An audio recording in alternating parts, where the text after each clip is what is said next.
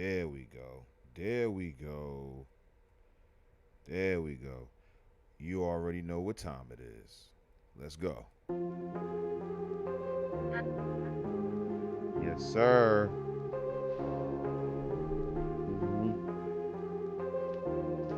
Welcome, welcome, welcome, welcome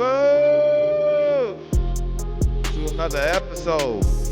Hotep History Live. I am the host with the most, President Hotep News.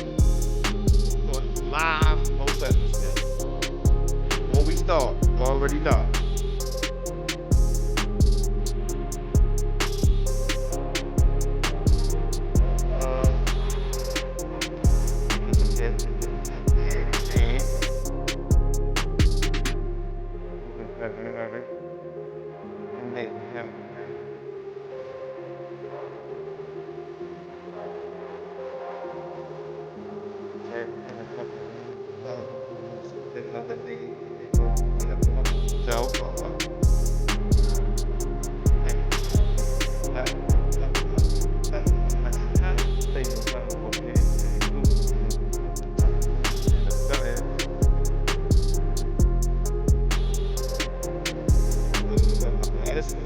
Come on. Welcome, welcome, welcome. Get on in here. Get on in here. Thank you, God. Get on in here, y'all. It's 8 o'clock. Y'all know what time it is.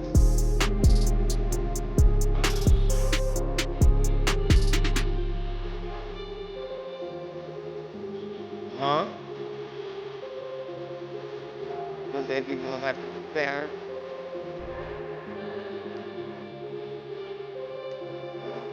That's it.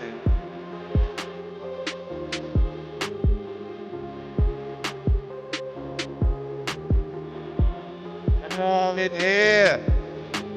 Let's go.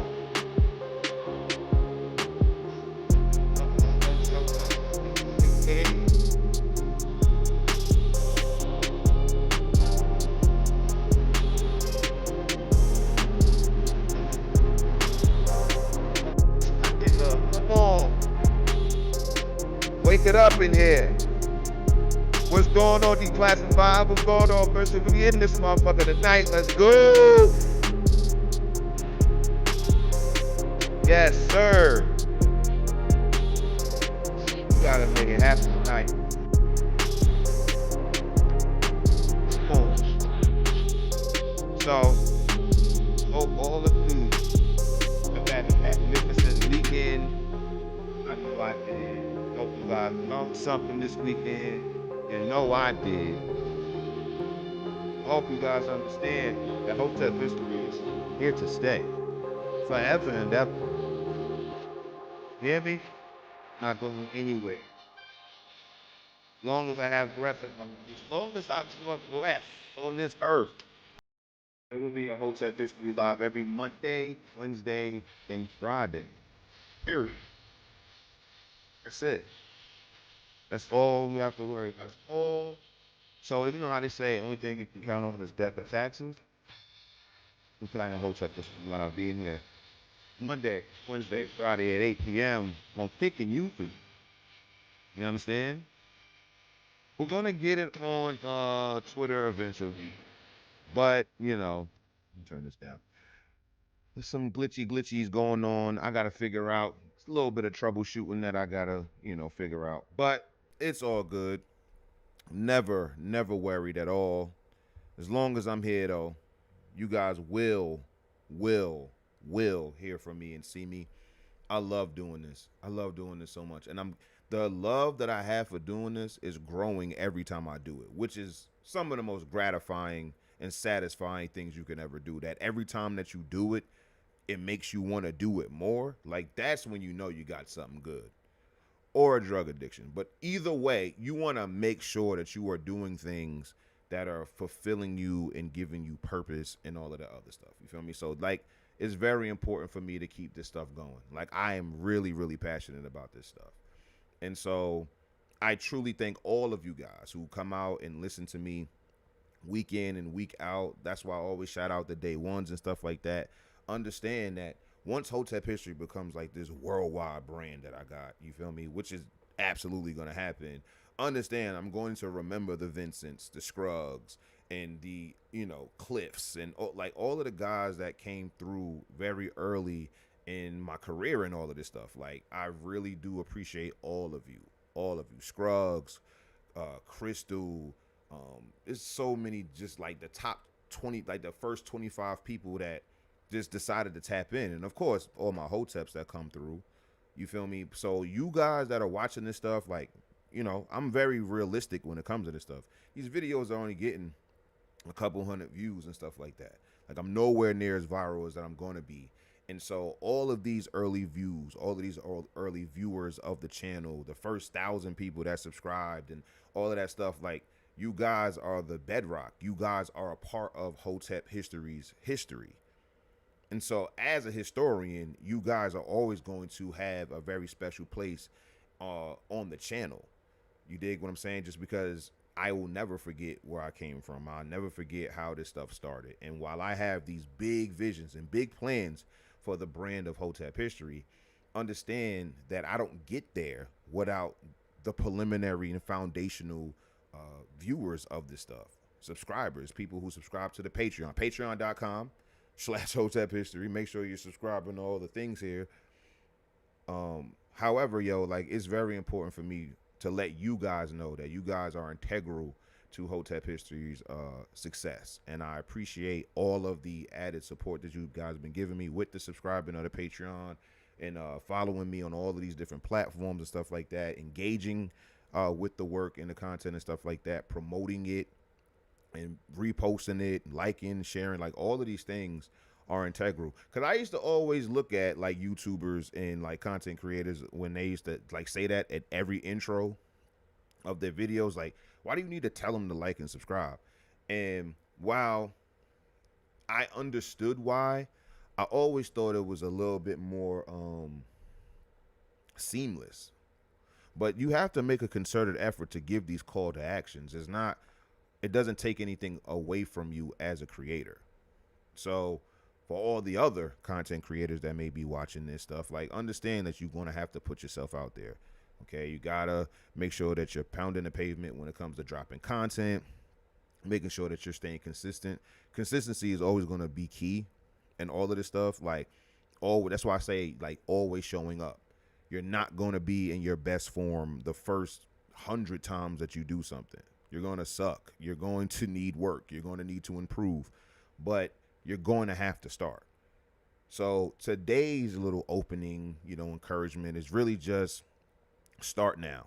Understand that you're not going to be perfect, and then also understand that the people who are going to be like the main people that are going to rock with you, understand that those are your foundational viewers, your foundational supporters. And as long as you keep those days in mind, like those types of people and stuff like that, I really do think you'll go far. Because I'm telling you, as somebody who's in this beginner stage of content creation and stuff like that, like I do appreciate all of the people that come out. So yeah, thank you guys. Thank you. You guys are super dope. So let's check the chat. Hotep to all my hoteps. You already know that. Fire emojis and salutes in the chat. That's what's up, y'all. For sure.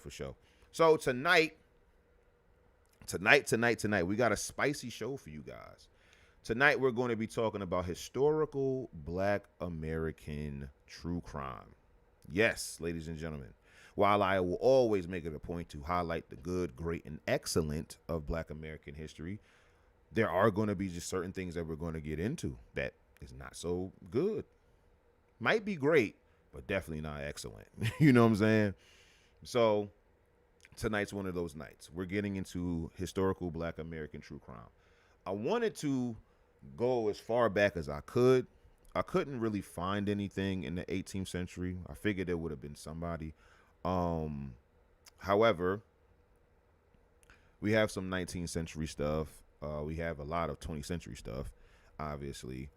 And then we're going to hit the archives, because the archives are going to be where we get a lot of information, just because you already know news articles are talking about these people. So that's what we have going on tonight. Again, before we start, make sure you're subscribing to everything here on screen, making sure that you're tapping in with Hotep History on one of these apps. There's daily content. Like in any given day, you're going to get something new and historical from any of these platforms here. So make sure you're following and subscribing on all of the things: Patreon, Kick, YouTube, Instagram, me on Twitter, and TikTok. So yeah, do you have any notable black crime figures in history that you know of? Let me know in the chat.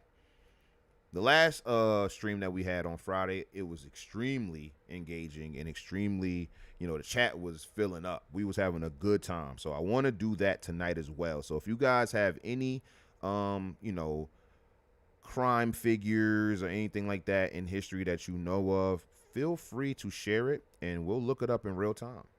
We'll look it up in real time. So yeah. Let's get to the tabs because we got a lot of them. Boy. So, you see, we got a lot of tabs here. So, where do we start? Let's go with Clementine Barnabet. Now, Clementine Barnabet was somebody that my brother Hotep Mac makes sure that you guys subscribe and come to the Hotep History Podcast every Saturday at 12 p.m. As a matter of fact, that episode was epic. Like, we got to it. So, now I can talk about it. Before we even get into Clementine, I'm going to slow walk this. So, episode 3 of the Hotep History Podcast happened on Saturday. If you weren't there, you missed out on a fire discussion, a fire conversation, and an even more fire debate. We were debating pretty much half the time. Like, it was super dope. And that's what I encourage. Debate is healthy. Debate is extremely healthy. That is the reason why I get so passionate about the things that I get passionate about when it comes down to history and stuff like that, because I believe that it's important to be able to debate ideas. So the Hotep History Podcast episode, the latest one, it was titled "The Great Migration Was a Psyop." And that's your boy. I named that. That was me. That was me for that hot take. You feel me?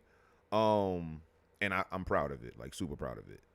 So the explanation for me, just so I can explain myself, is that due to the amount of black Americans that left and due to how so much of it negatively affected the social, cultural, economic, and in some ways political, not always, it did not benefit black Americans the way that it was purported to.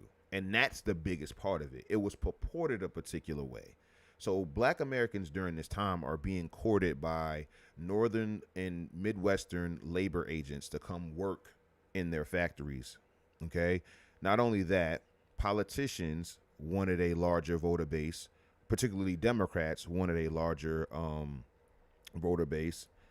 And when it comes down to the white population, European immigration was basically halted because of World War One. And so where are they going to get these workers from? Where are they going to get these voters from? Well, it's a bunch of niggas down south. Let's start talking to them.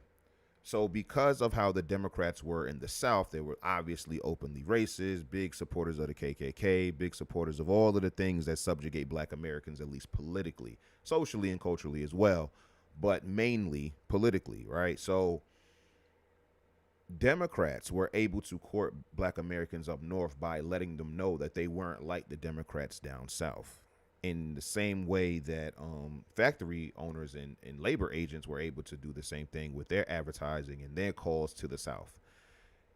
6 to 7 million black Americans traveled from the South to the North, to the West and Midwest between 1910 and 1970, which was about, if I'm not mistaken, about half of the black American population at the time. And when you are moving that many people and having this large influx of people on a continuous basis in segregated areas up north, you're going to overwhelm that area. Not only when it comes to housing, and so we get a whole bunch of crammed, homes and apartments and the proliferation of ghettos and slums, also economically because there's not enough jobs. So now a lot of these black American Southerners are coming up with the hopes that there's going to be employment, and it's shrinking. And not only, you got to look at the economic competition. So you have white American men, white immigrant men, black American men, and black immigrant men fighting for these jobs all at one time. That leads to so many things. Black American addiction of cigarettes and alcohol goes up. Mental health issues as it pertains to the children goes up. The A lot of wealth was lost as well. And so there was a study that we went over and stuff like that. So that was my entire premise. So people heard me. A lot of people agree with me. A lot of people disagree with me. And we were just having this fire debate the entire time. Shout out to Slick and who else? Who else was up there? Jonay was up there. Obviously, my brother Hotep Mac was up there. There was a bunch of people up there just giving their points of views, and we all kept it in the historical sense. And that is what I loved about it. That is what I loved about it, that I had a bunch of contemporary black American people arguing about history, debating about history. And it just let me know that these conversations are needed. And it also lets me know that when it comes down to why Hotep history exists and all this stuff is needed, is because of how mainstream history has taught people about black American history. It like literally reaffirmed my entire premise as to why I do Hotep history in the first place, because there are so many black Americans, Americans in general, but specifically black Americans, who are running around with false narratives about the ancestors. And it was good to see people being honest about what they knew, and then be able to have the truth be told to them, and the truth be so much better than what they walked around with. The type of pride that you got, that's her name, Princess of Joe. She was up there. She was giving like a real heritage perspective, not even scholarly. She was actually, she shitted on the people who reading the books only. Like this is something that she lived. Like her lineage speaks for itself. Jesus Christ, she comes from the South. So based upon the things that she were able to say, like the historian that she cited was her own father. And then she talked about his father being a historian. So it's like the conversation was super dope. And what I truly believe is that we all have this type of stuff in our lineage. All of us. That's one of the great things about being a black American contemporarily, is that you have amazing people in your lineage. I don't care who you are. I don't care who you are. Your ancestor, if you're black American, owning land in the 19th century is some legendary shit. Yeah, it's simple, even for their relative times, but so much goes into having land. There's freedom, there's independence, there's the ability to be self-reliant and growing your own foods. There's be able to grow crops that are actually going to make your own clothes. You can, you can grow trees. You can do so much with land, especially in this country. And for your ancestor to have that is spectacular. Not only that, there's more than likely an entrepreneur or some type of engineer or somebody that was good in vocation in your lineage. There are people who may be like elected officials or pillars of their community or whatever. Like there are going to be so many stories that your own lineage has. Your own family history is going to have. And that's the reason why I always tell y'all to talk to y'all grannies, do your own digging in your own family history. And I am going to have a Hotep History podcast episode where you guys will be able to come on stage and just talk about your family history. If you have somebody that's notable that has gone unsung, like people don't really know about him or her unless it's something local, you will be, welcomed with open arms to come talk about your lineage and your family's history. And be able to share that, and it'll always be in the vaults of Hotep History. It'll always be, on the servers or wherever Hotep History is being hosted at, and I'm going to do that a lot. So people I have at different intervals in the rise of Hotep History to be able to talk about their own family's history, which just does its own little part or own little piece of being able to archive, those types of things. So shout out to my host, my co-host, Hotep Mac, super dope guy. Hopefully you guys will tap in this Saturday coming up. We have another spicy episode coming. So I'm almost thinking about reconfiguring like the format of Hotep History low key. And if you can pick up what I'm putting down, you can kind of understand what I'm getting at. But it's going to be another spicy episode. I got a special guest coming. So we got a special guest coming. You guys definitely don't want to miss it. It's going to be spicy. It's going to be spicy. So yeah, back to the show. Clementine Barnabette. Okay. So we'll go to the wiki first, because that's where I went first, and then we'll go to maybe another website or two. All right. So let's get into it. Let's start with the overview. Clementine Barnabette, born 1894. Oh, okay. I don't know. Did she die in 1923? Or after? Oh, so she just died after 1923. Yeah, you're going to see that a lot too. Sometimes it's just bad record keeping when it comes to people's births, deaths, fathers' names or parents' names, or there's going to be certain parts of their story that is not going to be told just because it wasn't written down. So you gotta bear with the ancestors when it comes to that. Was an American suspected serial killer. She initially confessed to perpetrating at least 2 mass murders in February and November of 1911, and while in custody, Barnabette claimed involvement in a total of 35 killings in Acadiana, in the Acadiana region of Louisiana in southeastern Texas, taking responsibility for 19 of them. Authorities would link her to several more unsolved cases in both states, including some committed during her stay in jail, bringing the upper estimate of connected murders up to 52. Jeez. Barnabette was charged with 19 counts of murder, but ultimately convicted of just 1. Wow, how did she get that done? Barnabette was released from custody in 1923. Her subsequent activities and whereabouts are completely unknown. Wow. So she got away? Hold on. So she got away with it? How? Okay. I know I'm not tripping. They said she confessed and is connected up to 52 murders. And then she was only convicted of just 1? What source is this? She killed 19. So this is a primary source. What we got? Hold on. We got a lot of tabs tonight. Ooh, primary source. Let's go. Okay, hold on. Where's the full page? Got excited. Got excited for the primary source. You hear me? Got excited for the primary source. You know I love it. Okay, what's going on? Why is it not loading properly? Where's the... Okay, here we go. What? How did she only get convicted of 1? Here we go. She killed 19. So that's the headline. This is the South St. Joseph in 1911, I think. I could be wrong. Was it 1911? 1912, excuse me. Louisiana Negress sentenced to life imprisonment. Okay. Negroes of 2 states long were terrorized by butcheries. Total list is 29, prompted by religious fanaticism. Hold on.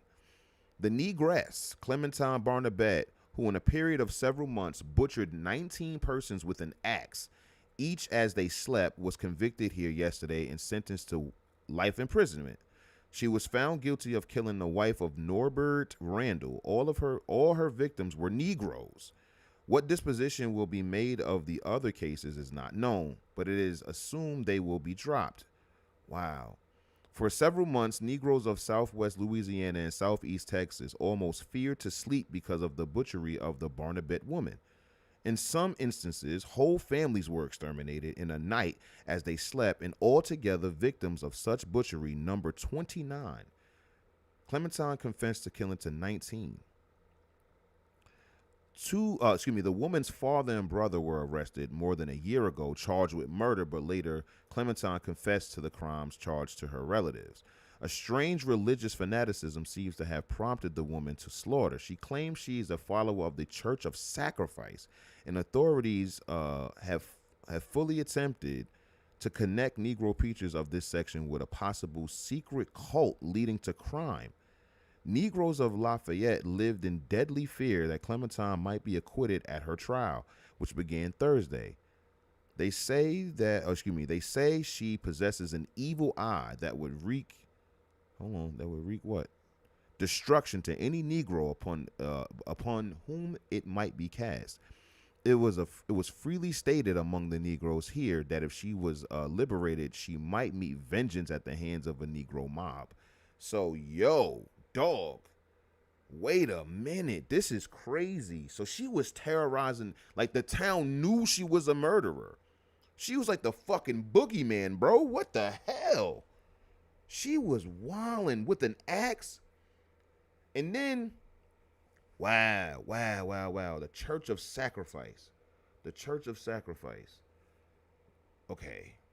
So this is this is why going in blind, because I came into this show blind. I was suggested by I was suggested these people by Crystal and Hotep Mac. They sent me these people. He sent me Clementine Barnabette a while back, and I never like fully looked into it. But this was crazy.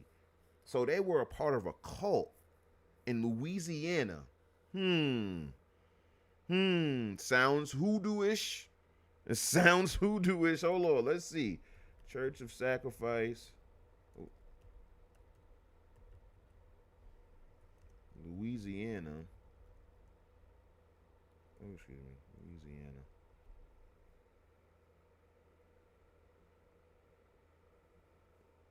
Yeah. No, I already know that. Why y'all giving me the stuff I already know?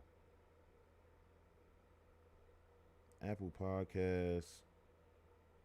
So it's okay. So the only thing that comes up when you look up the actual Church of Sacrifice, it only just links you to Barnabette.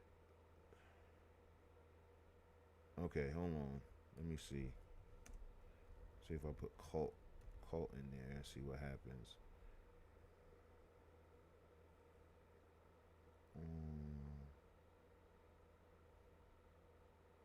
Okay, I don't even like using the AI, but hold on. Voodoo axe murderers. See, this is what I'm saying. Like, is it just her, or is it other people?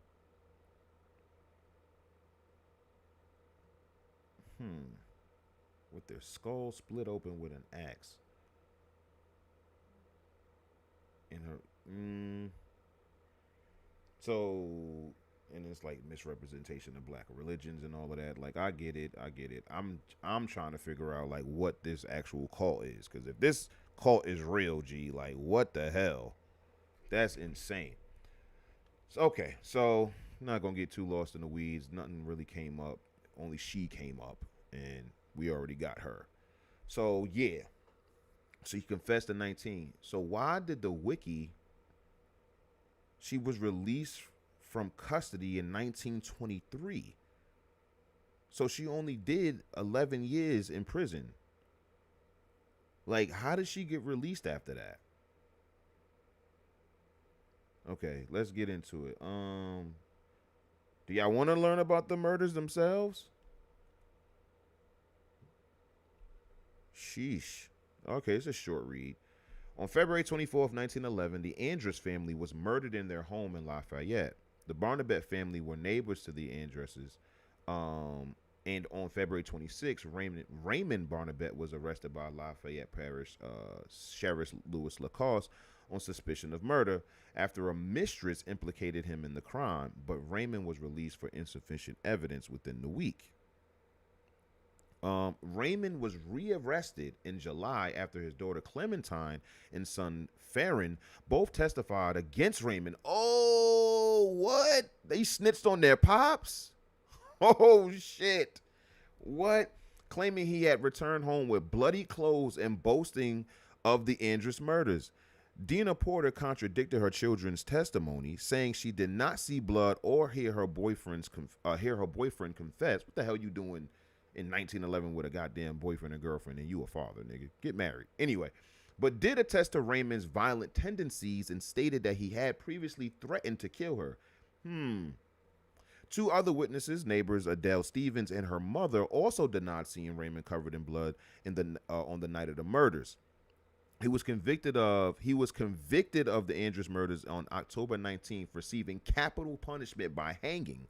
Raymond didn't react directly to the verdict, but loudly muttered the words "goodbye" and "mo futu." I'm done for. Oh, okay. I'm done for in Louisiana Creole throughout the trial.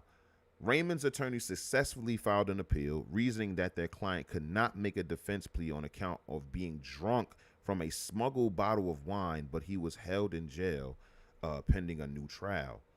Now, we learned in the article that she confessed to the murder. So did he? Oh, man.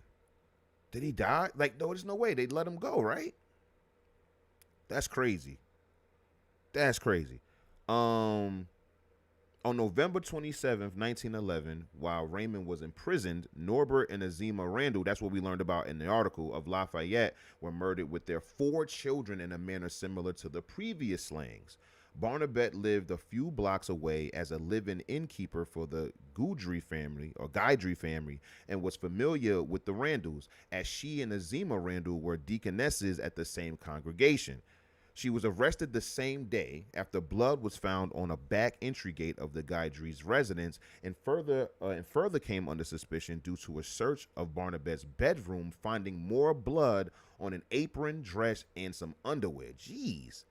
Yeah, I mean, if you kill somebody with an axe, you definitely gonna be covered in blood.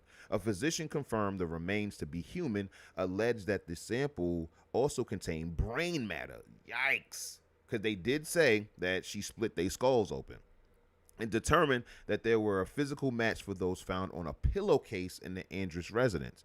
Barnabette initially denied involvement, admitting to the murders following a third-degree examination in New Orleans. So they was on her ass. Jeez, the whole family, son. Where my damn chapstick at? Okay, let's get to it. So she confessed twice. During her trial for both the Andrus and the Randalls murders, Barnabette acted erratically by rocking back and forth in her chair while laughing. Oh, she tried to play crazy. She tried to play crazy. She admitted to her role in both cases and testified that she acted under the orders of the Church of Sacrifice, an alleged offshoot of a Christ-sanctified Holy Church congregation in Lake Charles, Louisiana. Okay, is there a source for that? They saying there's a source for that. Another primary source. Maybe they talk about the church a little bit more. I'll put that up in just a second after I read this thing. Stating that she had committed the 10 murders because the families had, quote, refused to obey message from God, and that she was acting alongside an unspecified number of accomplices. So again, this is going back to that cult shit, because I'm like, yo, is she doing this solo dolo? Is it her pops, and her brother, or is it the whole cult going around Louisiana and smoking shit? You know what I'm saying? Like, this is crazy. She also claimed to have murdered a woman and her children in Rain while visiting her sister Pauline. Over the course of the following January, several more suspects were arrested, including her brother Zephyrin, 2 men named Edwin Charles and Gregory Porter, who were with Barnabette the night of the Randall murders, and Reverend King Harrison, also reported as King Harris, who led the original church branch in Lake Charles. Okay, so now we get the cult leader. Okay, by the end of 1912, the murders of 26 black Louisiana residents were attributed to the Church of Sacrifice, the Church of Sacrifices as ritualistic human sacrifices without evidence. Okay. Okay. Yeah. Yeah. Oh, and it's full of this shit is full of primary sources. Oh, we got to get to the archives, y'all. I'm sorry. Detective baffled. Here we go. So they can't prove it. That's what the article is saying. Okay. Cannot prove alleged offer of human sacrifice by Negro sect. New Orleans, January 22nd. Baffled by lack of convincing evidence, the state of Louisiana may have to drop the effort to prove the recent deaths of 26 men, women, and children in the Rice Belt were human sacrifices under the terrible rites of the so-called sacrifice sect, composed of Negroes. Efforts of the best detectives in the state have so far failed to produce any evidence that would fasten the crimes directly upon the sect or upon Reverend King Harrison, pastor of a Negro congregation, whose members, it is asserted, all being of the to the sect Harrison is being held on suspicion. Oh shit! So they was able to get away. Okay, not get away with, but they were able to get the heat, keep the heat off of them. Like, this is bugged out. There's 26 dead black people. 26 dead black people, and they don't have any evidence. They don't have any evidence whatsoever. This is so crazy. You can't call it human sacrifices? But then she's in the courtroom, rocking back and forth and laughing maniacally in the courtroom and all of this other stuff. It's like, yo, I know as far as like the Christian South, they were looking at this woman like she was absolutely possessed by demons. For sure. For sure. All right. So, where we go? Where we at? While Clementine and Zephyrin were both held in custody, the axe murders of families continued. So yeah, there we go. This is what I'm saying. This shit was a cult move. This was a cult move. Strange case. This looks like a PDF from 2012, but they saying that's the source for that statement. Barnabette briefly recanted her confession after the hearing. So the whole cult is in on it. I'm sorry, this is a scheme that the whole cult drew up. Yeah. This ain't just Todd, fam. Like, nah, this is a whole. This is from This is from the cult, son. So the second confession, April 2, Barnabette confessed to involvement in 35 murders, claiming to have committed 17 of them with her own hands, later revising the number to 20. She also claimed to have caressed the bodies of the victims by cradling their head to her chest, even though only one case had the corpses moved post-mortem. The motive had changed, with Barnabette stating that she and her accomplices started out not knowing who the victims would be, but then picked out families with infants, even though none of the later targeted victims had newborns. The interrogations were led by Acadia Parish Sheriff Louis Fontenot and Chief Detective Peck and Deputy Saul Broussard. On April 4th, she repeated her confession to the press after smoking cigars provided by journalists and singing Christian hymns such as Nearer My God to Thee and Lead Kindly Light. Barnabette was reportedly excited about having her photo appear in the newspaper. On April 6th, Barnabette claimed that her accomplice were targeting 3 families near Lafayette, totaling 13 people for sacrifice. Oh my goodness. These primary sources, they have the newspapers for these people. Jeez. Her father, Raymond, who had been rearrested due to his daughter's confession. So the kids snitch on him. He get booked from them snitching. She's in prison. The son is in prison. And then because she's snitching again while in prison, he get rearrested. I know he was like, God damn it. Clementine, shut your goddamn mouth up, yo. Just take the charge. I know he was sitting in his rocking chair on the porch like, yeah, man, free Clementine. That's my baby girl. It's a shame how they got her jammed up with the cases and shit, but we got you. It's free Clementine till it's backwards and all that other shit. And Clementine in the fucking there singing like a fucking canary boy. Like, yeah, now me and my father was going crazy with the axes. We was smoking shit left and right. They was like, oh, your father, huh? And these niggas, Raymond, we know you're in there. Raymond looking at the door like, God damn, son. What did this girl say now, son? Like, what the fuck, son? Damn, Raymond back in prison. Again, pleaded his innocence and supported the theory that Bernadette killed the Andrews family, claiming she went out the night of the murders and that he had found bloody clothes in her room. Like, yo, dog. Nah, I ain't gonna lie, son. I kind of believe Raymond, bro. I kind of believe Raymond. He the only one sticking to his story. He's like, yo, stop arresting me, yo. I didn't murder nobody. Like,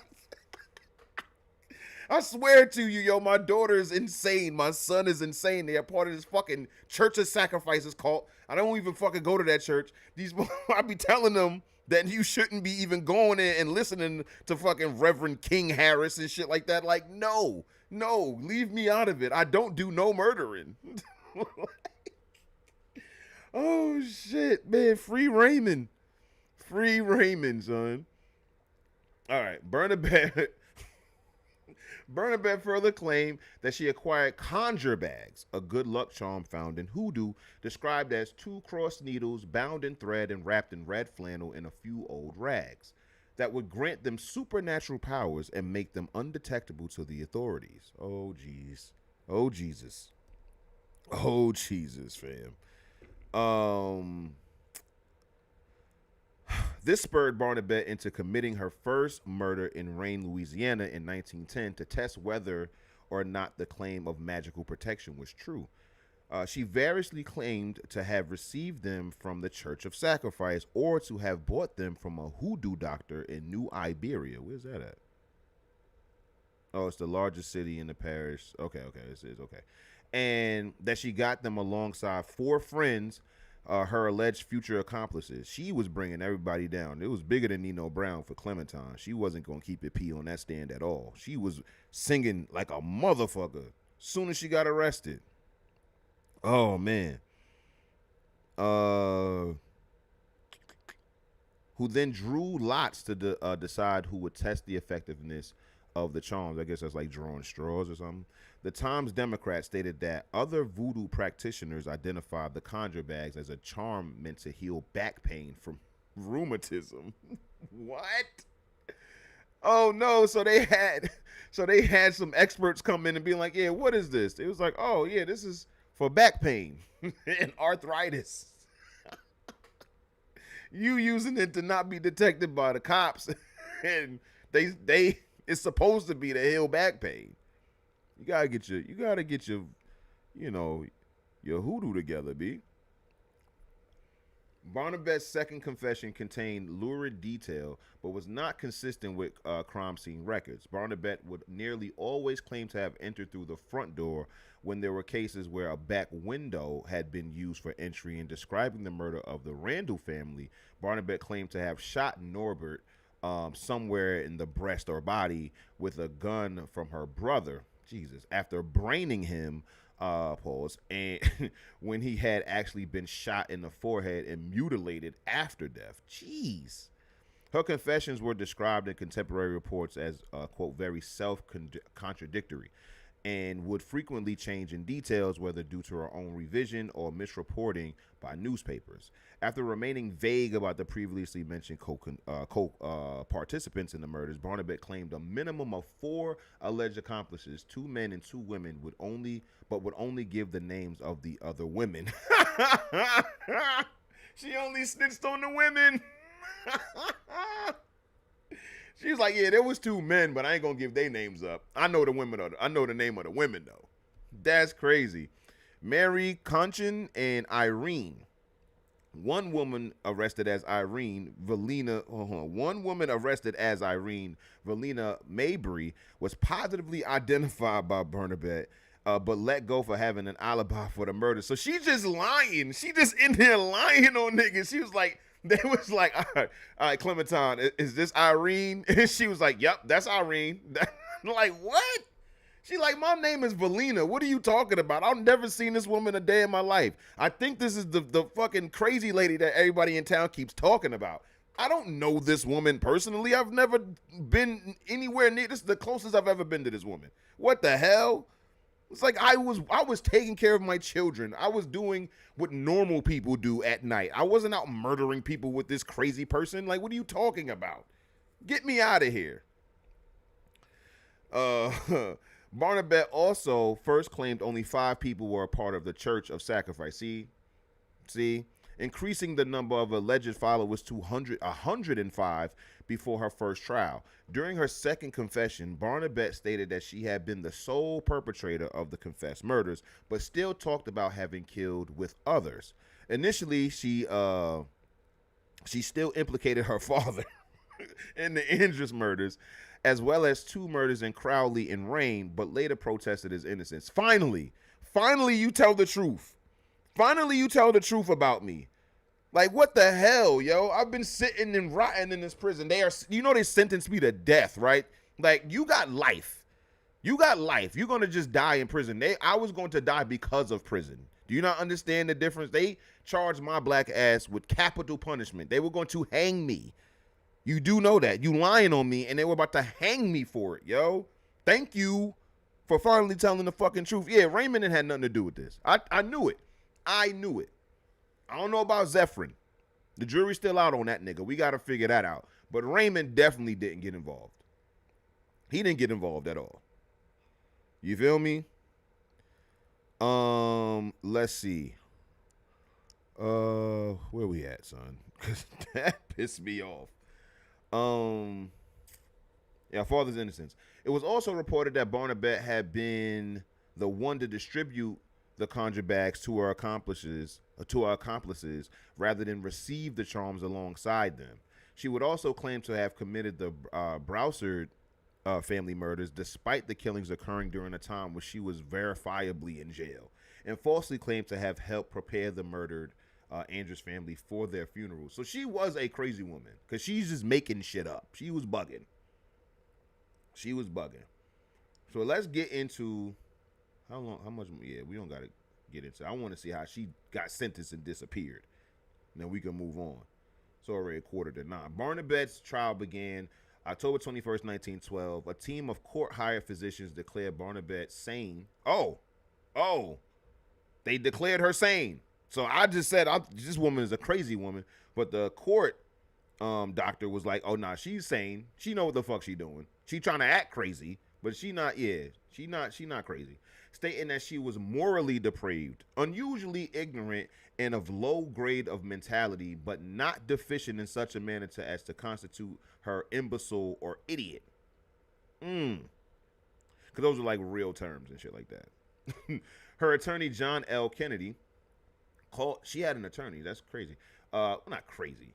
Called his client's confessions unreliable and a result of her abusive childhood, while also questioning the reliability of the forensic methods used to match the blood of the Andrews family to that found on Barnabette's closed days later. On October 25th, Barnabette was convicted of the murder of Azima Randall and sentenced to life in Louisiana State Penitentiary. On July 31st, 1913, she escaped jail for a few hours but was caught. During her imprisonment, Barnabette was noted as a model inmate and worked on the on-site sugarcane field starting in 1918. Barnabette was listed in the 1920 census, the only time she appeared in surviving government records, as aged 25. However, on August 28th, 1923, Barnabette was released from prison after an unspecified surgical operation was believed to have cured her, not a lobotomy, which was unknown in the United States until a decade later. So they had a weird surgery. What is this in the... Okay, that's in the PDF. So they had some weird surgery, so where it cured her moral depravity and low mentality. They didn't say that she was crazy. They said she was sane. So yeah, I wouldn't even think of lobotomy off the rip. Okay. Anyway, the procedure was undertaken by the prison's Dr. Sterling, and another inmate, Wyatt H. Ingram. What? Another inmate? What do you mean another inmate? Why is another inmate operating on me? Like what the hell? Who had quote studied medicine since his confinement and became a qualified physician and surgeon. I mean, okay, okay, okay. I mean, you became okay. You got booked in 1909 for embezzling. Hold on, who is this nigga? We need to learn who this nigga was. Hold on. Oh, look, crime begetting more crime. We just found another criminal. Anyway, we're gonna look right into that one right after this because we heard about the victims. We ain't gotta go into that. All right, so cool. After being in prison in 1909 for embezzling $100,000, the equivalent to $3.5 million in 2024, as a bank trust officer, James and James argued that if authorities had, excuse me, quote, if authorities had actually believed that she was behind these terrible murders, it is unlikely that she would have been released after a few years in jail. She was turned loose so soon because the authorities didn't believe her story either. Wow. After Barnabet's release, no knowledge exists on her whereabouts.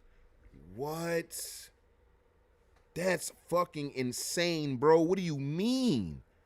This woman had blood. She had blood on her clothes. She said that she was a part. All right. So you do the surgery on her and that erased the past? I don't understand that. What's the logic in that? What is the logic in that? She confessed to 20 murders. What the hell, son? That is crazy. That is crazy. But let's get into the other wiki. Where's that one at? Did I fuck it up? Did I fuck it up? Hold on. Here we go. Oh, it's a digitized primary source, and we got Charlie Kirk on the screen.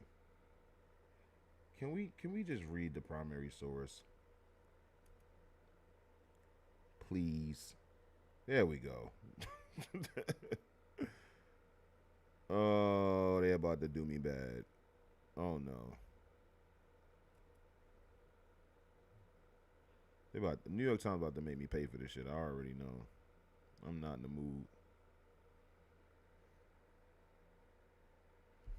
Let's see. Let's check the chat.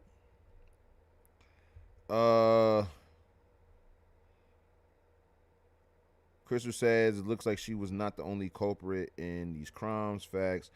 And add insult to injury, they used the victim's own axes on them. That's fucking crazy. And yeah, really be your own people. They probably gave her a hysterectomy. They used to think that would cure issues with women's sanity. That's fucking crazy. What? A hysterectomy? What? Yo, son. Old medicine is insane, son. Old medicine is insane. That's why I be like, when it come like to the slave doctors, y'all can't tell me shit about no slave doctors because they wasn't doing hysterectomies for sanity. Like what? That's insane. Oh man, I want to read that primary source, dog. I do. I really do. I gotta hunt that down. I'm trying to get into that story. If I gotta read it from this stupid ass website with Charlie Kirk's face on it, you know what?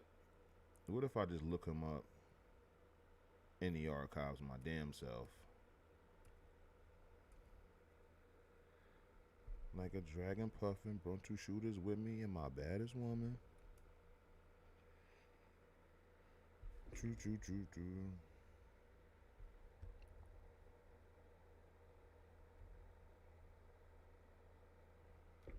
All right. Let's see what comes up.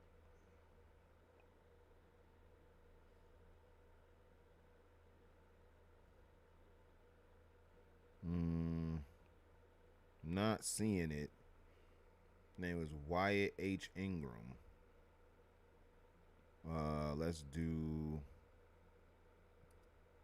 oldest first. These is in like the later 1900s. Let's see.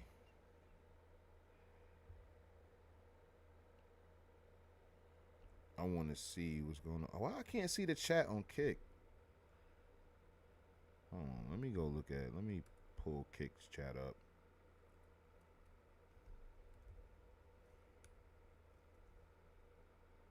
I know it's gonna be playing the video, so I gotta mute that real quick so it don't mess up the mess up the broadcast.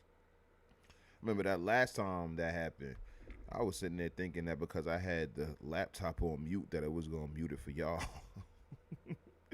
Not so. Not so. But yeah, sometimes the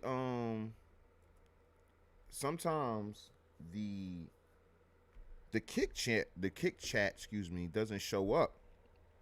And I'll be a little confused. I'll be a little confused. Did this shit not verify that I was a human yet? I'm supposed to be doing this simultaneously.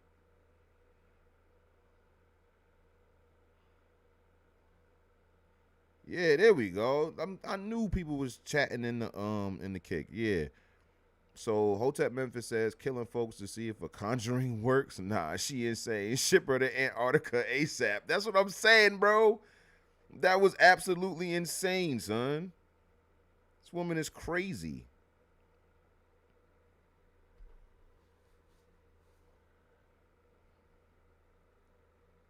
Okay, thank you for verifying that I'm a human. Thank you so much. Oh, speaking of the Library of Congress, ladies and gentlemen, guess where I will be tomorrow, huh? Guess where I'm going tomorrow? Yeah, man. Your boy. Going to the Library of Congress. Nah, we not seeing a Wyatt H. Ingram in here. 1900. How many entries is it, though? Hold on. How many? Did it say like 300? So you know what we're going to do? We're going to go back. What year was that? What year did he get booked? 1909. Okay. All right. So 1909. We'll see if one of the 27 during this time is going to be him. Let's see. Wyatt Building. Wyatt. I guess that's supposed to say Building. Wyatt Lee. Garner. Wyatt Lee. Wyatt Building. Wyatt Lee. Wyatt Building. Wyatt Building. No Wyatt Ingram. What the hell? I ain't gonna lie, y'all. I think we're gonna have to read the secondary source. I didn't want to, but I want to see what they got going on here. So why is it so many? Is that what? Is that it? Am I doing all of this for this short ass shit? All right. Wyatt H. Ingram Jr., trust officer of the Hibernia Bank and Trust Company of New Orleans, was arrested at his home, 184 North State Street, this evening on the charge of being a defaulter and forger. Wyatt Ingram, trust officer, blah blah blah, New Orleans, was arrested at his home, blah blah blah. It is stated that a check for $5,000 on which Ingram forged the signature of a prominent Hessland of New. See, this is what I'm talking about, man. I don't know what that's supposed to mean. And it led to zero disclosure of the. Oh God, this is terrible. This is a terrible bastardization of a primary source, and I'm tired of seeing that Charlie Kirk smirk. Okay, he stole $3.5 million. All right. What's this? Okay. All right. So that was Clementine Barnabette and subsequently Wyatt H. Ingram Jr. So let's get to who else we got here. Marks and Phillips executions. Now I know about this one actually. I actually know of this one. So let's get into it. Criminal conspiracies were taken very seriously by the Yankees of Massachusetts. Slavery was well established in the state, and after 1750, many residents began to profit from the triangle trade. Slaves and molasses were imported from the British sugar colonies in the Caribbean, and rum was distilled here using the molasses and sold to Europe and elsewhere. 1755, several slaves had conspired to kill their owner. This is what I was telling y'all. This is back when I was talking about the episode 1 of Hotep History, the slave revolts. I have a whole video on slave revolts, so you definitely want to check that out. Give me a second. I just want to make sure I'm checking the chat. All right, Sammy's back. Cool. We back. Let's keep it going. So yeah, in 1755, several slaves had conspired to kill their owner. It's lost to history whether the owner had sadistically abused his slaves and prompted a rebellion, or if merely a band of murderers had decided to kill the benevolent head of household. First of all, let's fucking relax. Okay? The history's not lost on that. It's not lost to history. We can infer that he was an abusive piece of shit. Like, come on, let's not do that. You gonna put everything on these two? Come on, let's knock it off. They were actually kept as slaves. Like, can we not? What do you mean? Anyway, in any case, Mark and Phyllis were executed September 18th, 1755 for murdering their owner. An intriguing fact about the execution is that Phyllis was burned an interesting fact about the executions is that Phyllis was burned at the stake as punishment. There is only one other case in Massachusetts history where a person was burned at the stake, that of Maria, also an African servant who attempted to murder her owner by setting his house on fire. You see, ancestors wasn't going for the shits. Also, Mark was hanged until dead and his body then gibbeted. Now, I learned what gibbeted was, or what a gibbet is. A gibbet is a cage that you put people put their body, people put people's bodies in. So let me show y'all.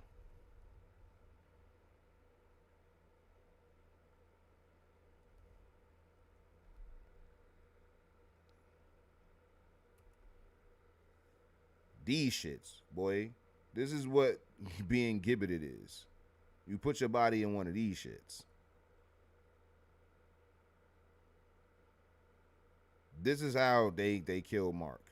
Well, they hung him and then put him in this. Like, this is fucking crazy. Super fucking crazy. What's going on? What's going on, Glasgow? What's going on? All right. So, damn, where we at? Mary and Phyllis. There we go. Mark and Phyllis, excuse me.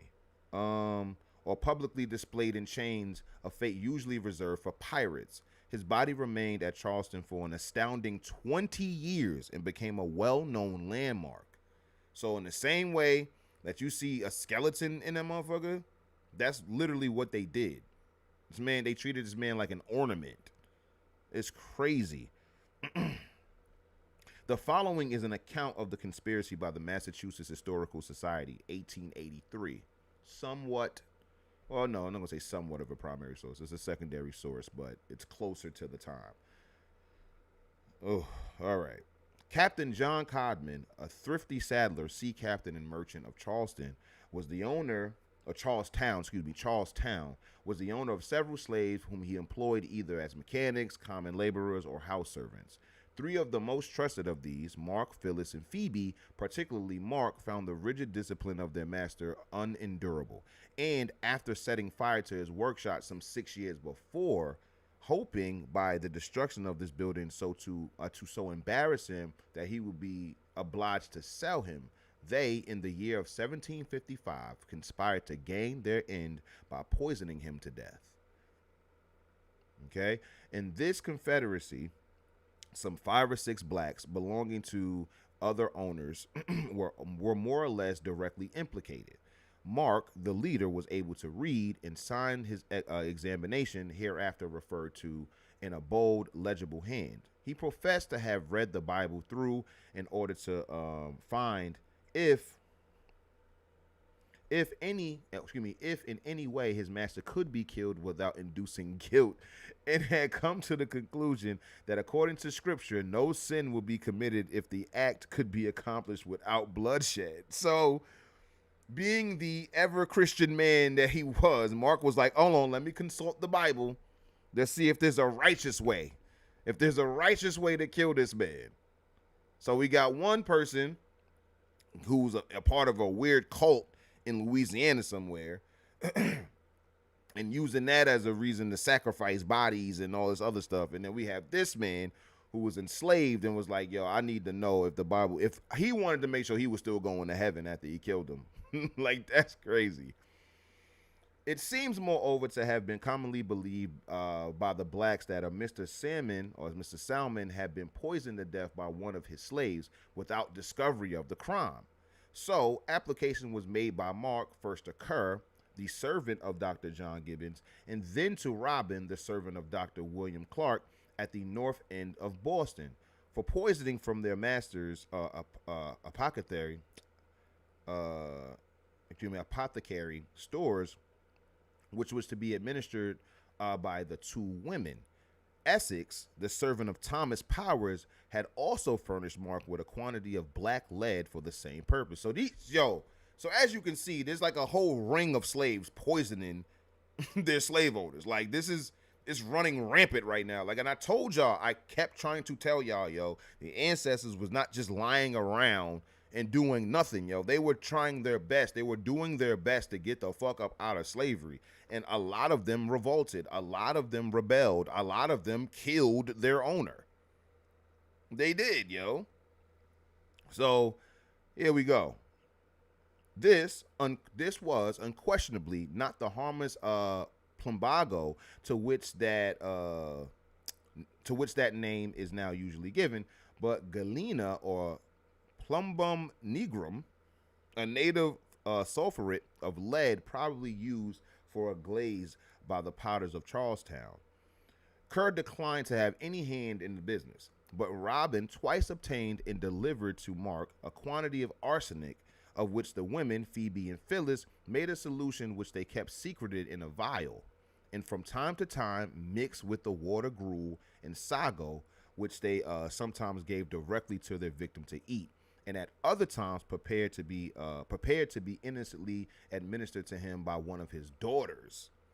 They also mixed with his food some of the black lead, which Phyllis seemed to have thought was the efficient poison, though it appeared from the testimony that he was killed by arsenic. So they were like legit poisoning him over time. And remember, I don't know where I was talking about it. It could have been on the stream or it could have been on Spaces, but I was talking about how the slave doctors and the house servants and stuff like that would work together and conspire to poison these people. And this is exactly what I'm talking about. Like, she's in charge of the food. Phyllis and Phoebe are in charge of the food. So yeah, we can put whatever the fuck we want in this food. Like, we can literally poison him. And all we gotta do is add a little bit to each meal, because if we put too much, then it's gonna be like so obvious that he died from arsenic poisoning. But if we just do a little bit here and there, who knows? It may come up different. And that's exactly what they were doing. I'm telling y'all, I don't have to lie on the ancestors, bro. I do not have to lie on the ancestors. The ancestors, they lives are jam-packed with real shit. You feel me? That's crazy, son. That's crazy. All right. The crime was promptly traced home to the conspirators, and on the second day of July, the day after Captain Codman's death, a coroner's jury found that he died from poison feloniously procured and administered by Mark. 10 days later, Quaco, the nominal husband of Phoebe and one of the blacks implicated, who was the servant of Mr. James Dalton of Boston, was examined before William Stoddard, a justice of the peace, and on the same day, Robin was arrested and committed to jail. The examination of Quaco was followed by the examination of Mark and of Phyllis in that month. These last were taken before the Attorney General and Mr. Thaddeus Mason. Wow. Mark and Phyllis were eventually found guilty of murder and were both sentenced to death for their crime. The September 25th, 1755 Boston Newsletter describes their execution. Ooh, yikes. Thursday, last were executed at Cambridge pursuant to their sentences, Mark and Phyllis, two Negro servants belonging to the late Captain John Codman of Charlestown, for poisoning their sad master. They were both drawn from the prison to the place of execution, attended by the greatest number of spectators ever known on such an occasion. Where the former was hanged by the neck until dead, after which the body was gibbeted, and the latter was burned to death. The September 22nd, 1755 Boston Evening Post also describes their execution. Thursday last in the afternoon, Mark, a Negro man, and Phyllis, a Negro woman, both servants of the late Captain John Codman of Charlestown, was executed at Cambridge for poisoning their sad master, as mentioned in the paper from weeks ago. The fellow was hanged and the woman was burned at a stake about 10 yards distance from the gallows. They both confessed themselves guilty of the crime for which they suffered, acknowledged the justice of their sentence, and died very penitent. After execution, the body of Mark was brought down to Charlestown Common and hanged in chains on a gibbet erected there for that purpose. A strange fact about the case in that Mark's body was gibbeted, a punishment usually doled out for pirates at Nick's Mate in Boston Harbor. Gibbeting, or hanging a dead body in chains, was a symbolic deterrent to potential criminals and was also considered comforting to the victims' families at the time. Mark's body was chained to the pole after execution and remained there for 20 years. Paul Revere had stated in a letter about his famous midnight ride of 1775, quote, "After I had passed Charlestown Neck and got nearly up opposite where Mark was hung in chains, I saw two men on horseback under a tree. It seems quite gruesome that Mark's body had become a landmark like the Boston Stone or Liberty Stump." So Paul Revere saw this man's body, and then knew it as like a landmark. Like if you go down a few more miles, you're going to see the dead Negro in chains. Once you go there, you make a right and you keep going down. Like that's how it was. Like that's crazy. See how crazy that is? Like when you start thinking about like how history works, like this is like call it a movie about Paul Revere, right? And then he's, riding, doing his old midnight ride shit or whatever. And in the background is Mark hanging in a gibbet. Like that's how I viewed that shit real quick. Like that's crazy that Paul Revere rode, like somebody as notable as Paul Revere rode past him. That's crazy. So that was Mark and Phyllis. And that was that was the 18th century. So we did have one from the 18th century. Who we got next? Who I want to do? Let's do Odessa Madre, the Lady Al Capone. Yeah. Let's get into this. I never heard of this woman. I never heard of this woman at all. Sammy says, hang a left at the gibbet and you'll see the tavern on your right. That's a fact. That's so crazy. All right. Americans celebrate all races, religions, cultures, and creeds in order to remember, reflect, and learn from our ancestors' trials and tribulations. Since 1976, every U.S. president has recognized the month of February. All right. That's enough. That's enough for the intro. All right. Okay. Anyway, Queen of the Washington underworld. The outcasts, troublemakers, and misfits are just as notable but often overlooked for their contributions to American history. Odessa Madre was one of those outcast troublemakers. She was dubbed the Lady Al Capone of Washington, D.C., and the Queen of the Washington underworld. But she often went by Madre, which is what appeared on the license plate of her brand new $10,800 Lincoln Continental that she purchased in 1968 after one of her many stints in the clink. So she was a jailbird. Okay, Madre was a peculiar figure in her community and operated in male-dominated circles for nearly 50 years. Real life of crime, for real.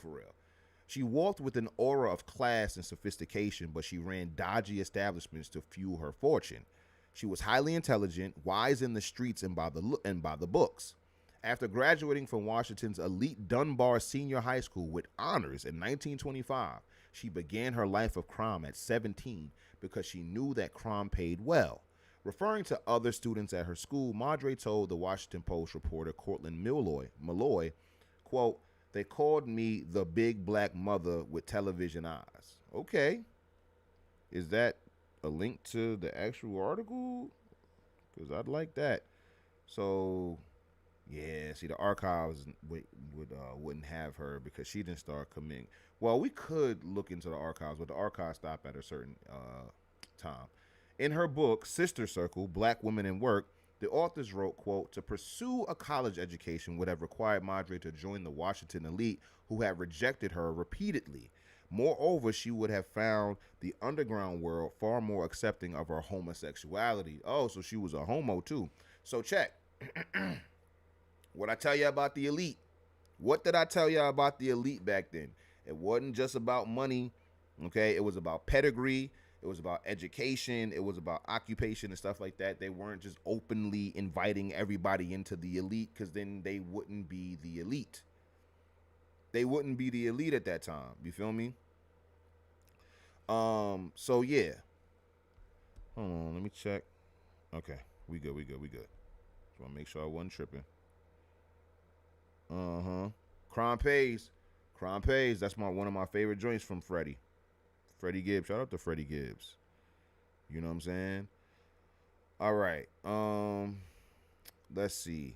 Madre checked all of the boxes to make her an outsider in upper class circles. She was self-described as ugly, was on the heavier side, and her flamboyant personality rubbed some the wrong way.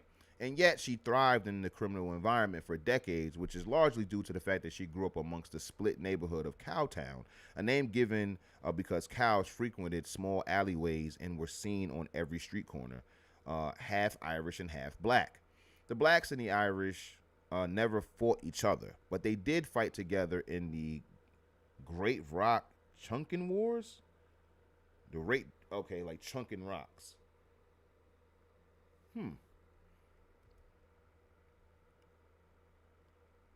Huh. Are they about to hit me with the bullshit? Are they about to let me read the article? First of all, I didn't ask for it to be in the same. Yeah. I didn't like that. I right clicked. We'll get back to it. Against the Italian and German kids who lived on the other side of town. Very interesting. So the blacks and the Irish were linked up against the Italian and Germans. Now these are kids, but that's interesting. Do we have anybody in the chat that knows anything about that? Because I do know that you gotta remember that there were a lot of Black American and European immigrant competition for jobs and shit like that during this time. And so, yeah, I thought they would be more at odds, but they didn't fight each other, though. They never fought each other, apparently, at least in this town. But they did fight against the Italian and the Germans. These early relationships helped her crime syndicate grow into an empire because many of her Irish childhood friends went on to become captains, lieutenants, and powerful figures who filled the ranks of the Metropolitan Police Department. Oh, what? Fire. She had cops on payroll? That's what I'm talking about. That's what I'm talking about, yo. If you're going to do it, you got to do it big. Now, you know I'm anti-crime, anti-criminal, anti-all of that, whatever.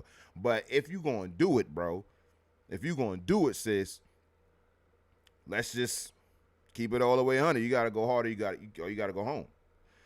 Madre knew all the big-name gangsters in the city, and her connections in law enforcement looked the other way to her activities. She set aside ICE, or protection payments, and said to Malloy, "You know, I practically ran the damn police department." What? I don't know how many thousands of dollars I gave Pat O'Shea, a former superintendent of the police and childhood friend, to stay out on the streets. Like, what? Dog, this is crazy. Do we have a movie on Odessa? Do we have a movie on Madre? Like, this is crazy. That is so fire. I practically ran the damn police department. What city was this again? Did they say? Oh, am I tripping? Washington. Right. Okay. That's crazy. Another police detective, Robert Lee, who worked undercover Vice during the 1960s, said she was able to reign for so long because of her ability to keep the peace among crime lords. Look at the black woman keeping the peace. In her overly generous pockets. Quote, she was known as a counselor in the mob. She mediated disputes between blacks and whites, a referee. She kept a lot of people from getting hurt, Lee told the Washington Post in a 1980 interview. Like, come on, man. Is she the perfect gangster at this point? So, I don't even, what did she do? Did they say what she did? Am I bugging? Like, did they actually name what type of crime she was in? Like, she was a smart kid, all of that shit. Like, what was her, what was it? But she ran dodgy establishments to fuel her fortune. That's what I'm saying. Like, what did she do? She probably did numbers or some shit like that. A lot of numbers rackets and stuff like that back then. But this is the 60s. Son, so anyway, she's running whatever racket she got going. She got the police in her pocket based upon childhood friends because they was clicked up with the Irish. And she's keeping, so not only am I keeping the police at bay, I'm also keeping the peace on the streets because we can all just get fucking money. How about that, fellas? Instead of us getting into a whole bunch of fucking bullshit over race and fucking dumb shit, how about we all shut the fuck up and get some money, huh? How about that? Isn't that a better goddamn idea? Instead of warring with each other, how about we just all get some fucking money? Isn't this not what we did it for? Did we get into this shit to just die and all of that other shit? This is the reason why I'm fucking Odessa Madre. And you niggas are at the levels that you're at. This is the reason why I have the police in my purse and you niggas are sitting there trying to kill each other over some bullshit. How about you listen to me? I'm the one who's actually in the positions to you know, I know your boss, motherfucker. Like, come on. Be smart about this. Okay. Whew. Okay, now we're going to find out. So during her heyday in the 1930s, so we can look her up in the archives, she was earning $100,000 a year, running a bookkeeping gambling business on the side, controlled narcotics rackets, sold bootleg whiskey per shot or Jill at her Jill joint, and managed up to 6 brothels at one time. Her most prominent venture was amusing notable celebrities at her infamous nightclub, Club Madre, located at 2204 14th Street Southwest. Today, that address houses a Bank of America and a smaller restaurant that offers Asian cuisine, a far cry from the atmosphere that once entertained the likes of rising jazz pianist Count Basie and Nat King Cole and professional boxer Joe Louis. What? Oh, yeah. We definitely got to hit the archives for her. Sammy, you already know what you got to do. $100,000, 1930. $100,000, 1930. You can actually even it out between 1930 and 1940 by doing 1935. 1935, $100,000. Because that was, and keep in mind, whatever number that Sammy puts up in the chat, that's how much money she made adjusted for inflation per year. So $100,000 in 1935. Okay. Quote, if you show them that money, if you got a wad, honey, they'll suck up to you like you was a Tootsie Roll. Wow. Let's see. Madre flaunted her style with charisma, leaving a wake of women or yellow gals within her entourage dangling from her arms when she entered the room. One rumored fling suggested that raunchy, ahead-of-her-time comedian Moms Mabley and Madre were lovers behind the scene. What? While others suggest they were like sisters. Her extravagant parties would make the Wolf of Wall Street blush. One police source that spoke in court while monitoring 2 court-ordered wiretaps in Madre's home later said, quote, as a matter of course, Ms. Madre set out a number of bowls of cocaine, heroin, marijuana for her guests. for her guest's pleasure. But when prodded in later interviews, Madre corrected the assessment. Quote, everybody knows I can't stand them reefers.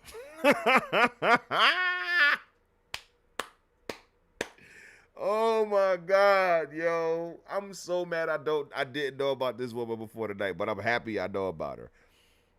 So Sammy came back with the numbers, ladies and gentlemen. $2.35 million adjusted for inflation yearly.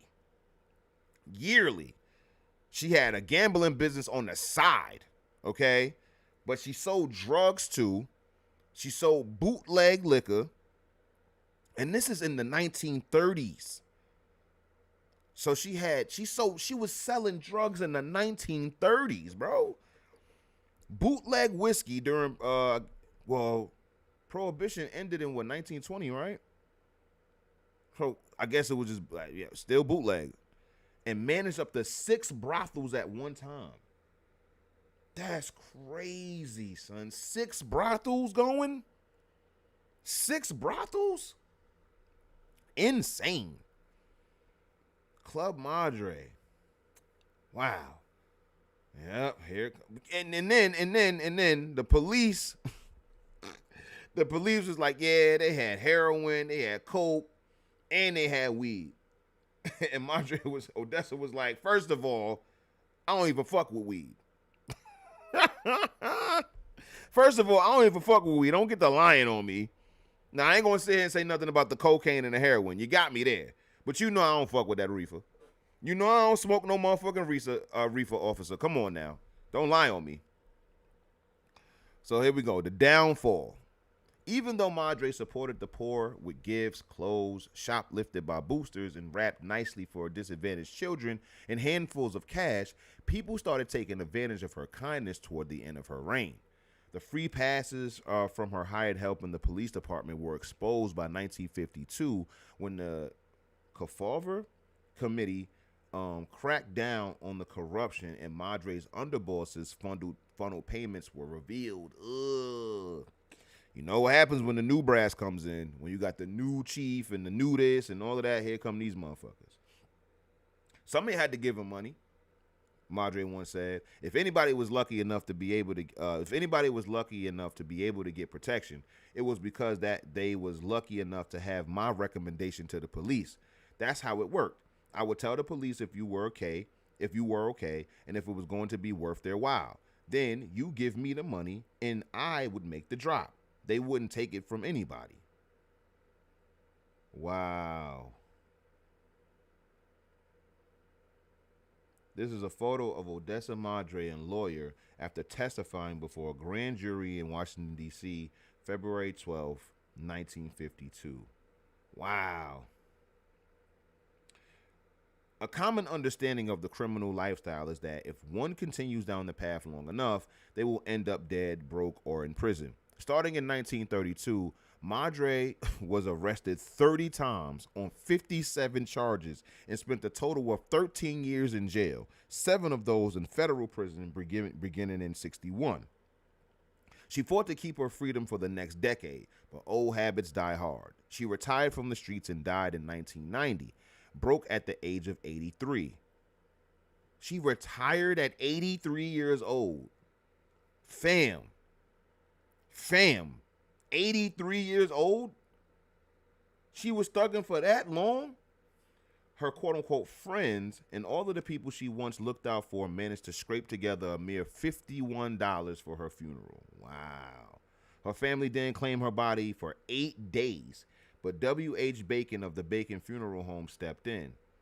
Damn, son. She helped a lot of people, Bacon said. She deserved better. And she gave me money to bury folks throughout the years. See, that's the fucked up thing about it. See how they do? See how they treat gangsters? This is the best example of a gangster as far as behavior, relationships, all of that shit that you can get.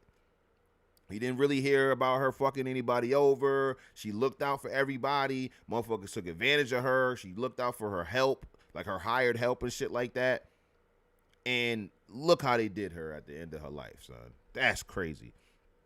Before Madre died, Milroy asked her if it was all worth it. And she says, If you show them that money, Madre responded, if you got a wad of honey, they'll suck up to you like you was a Tootsie Roll. That's a cold piece. That's a cold piece. That's a cold piece.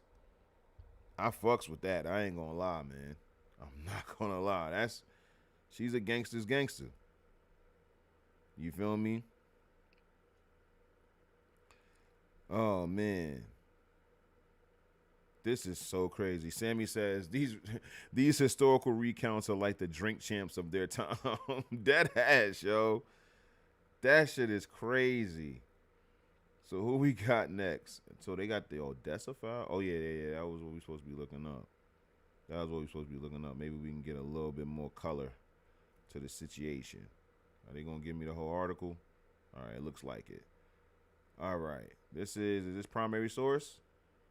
1980. Oh, this is from Malloy though. So this is from his testament. Secondary, but I think it's a lot of his shit was primary because that's where like he was interviewing people. Damn, is this the whole story? Because I just seen this shit. This look like a long. Yeah, it's the whole report. Damn, we gonna get more color. I'm not gonna read this whole thing. I will link it somewhere though. I will link it somewhere so you guys can read it. Or you guys can just like look up Washington Post, the Odessa file. Either way. The doorbell rang. Odessa Madre, 73, creaked slowly to the foyer and parked her walking stick at the door. A real estate man. Yes, ma'am, Miss Madre. I'm prepared to make you an offer, he said. He was young and well dressed. He carried a calculator and a Polaroid camera. He wanted the house. $75,000 cash he offered her for her spacious 5-bedroom home in Northwest Washington. Please come in. Have something to eat, the frail grandmotherly woman said kindly. Odessa Madre had just been released from prison and she was too tired to haggle much about money. Besides, she had left her teeth upstairs. See, this is what I'm saying, son. She really came home from prison at 73, son. She dead came home. Now, she was a gangster her whole life, son. She was a gangster her whole life. Like, that's crazy. She only did 13 years in jail in total. So she spent most of her years on the street being a criminal, son. Like, that's crazy. Imagine your granny. This woman is 73, son. This is your granny. Imagine this is your granny, son. Imagine Odessa, you call her like Grandma O or something, or Grandma Dessa, and this is the life she lived before you were born. This was the life that she was living, son. Like, yo, could you imagine your granny having this backstory? So it's a lot of like decorative speech here because he's writing. She said with a mischievous, toothless grin, "Did you say 150,000 or did you think I was born yesterday?" Oh man, I want to read this article, but we got more people to get to. I think we got another woman coming up. Yeah. Roberta Elder, the case of a black woman serial killer. Ooh, now we back into the killer bag. Yeah, I was looking for, I know we may be able to find some when we get to the archives. We're going to get to the archives about 10 o'clock. I want to get through some of these articles and stuff like that, and then we'll go to the archives, do a little digging, and we'll be good there. All right, so Roberta Elder. Let's get into it. The killings may have started as early as 1938, but no one suspected murder until Reverend William N. Elder died after eating, quote, bananas and cheese in 1952. Wow. Was almost able to get these murders off for 20 years. Reverend Elder, a respected Baptist preacher in Atlanta, Georgia, lost his daughter Fannie Mae to pneumonia 1 year before his own death, and another daughter, Annie Pearl, died of pneumonia 2 years prior. Jeez. Oof. You gotta get some albuterol or something in there, man. You gotta get some type of chest medicine going. Jeez. Pneumonia wiping through your kids, bro. What's up? The same coroner that examined his daughters was bewildered when Reverend Elder's skin looked ruddy and his body was emaciated. Concerned about the multiple Elder family deaths, the coroner decided to test whether Reverend Elder could have died of arsenic poison, the symptoms of which present much like pneumonia. After finding arsenic in the Reverend's body, he decided it was time to alert the authorities to the multiple deaths coming out of the Easton Street home where the Elder family lived. Police attention immediately turned to the Reverend Elder's wife, Roberta. Oh shit, she killed her family? Wow. Roberta and William were only married for a little over 2 years when he died. The two set up a household with William's 5 children from a previous marriage. But only 1 year into their marriage, William's daughter, Annie Pearl, became ill and died, followed by Fannie Mae. William, a construction worker by day, became violently ill at work, telling his co-workers he had just eaten bananas and cheese. Roberta called in a doctor who gave him medicine and instructed the family to call if the Reverend did not improve. Now, just side note, y'all see that this is in the 1950s, right? That she got caught in the 1950s. Now, think back to Mark and Phyllis. They used arsenic.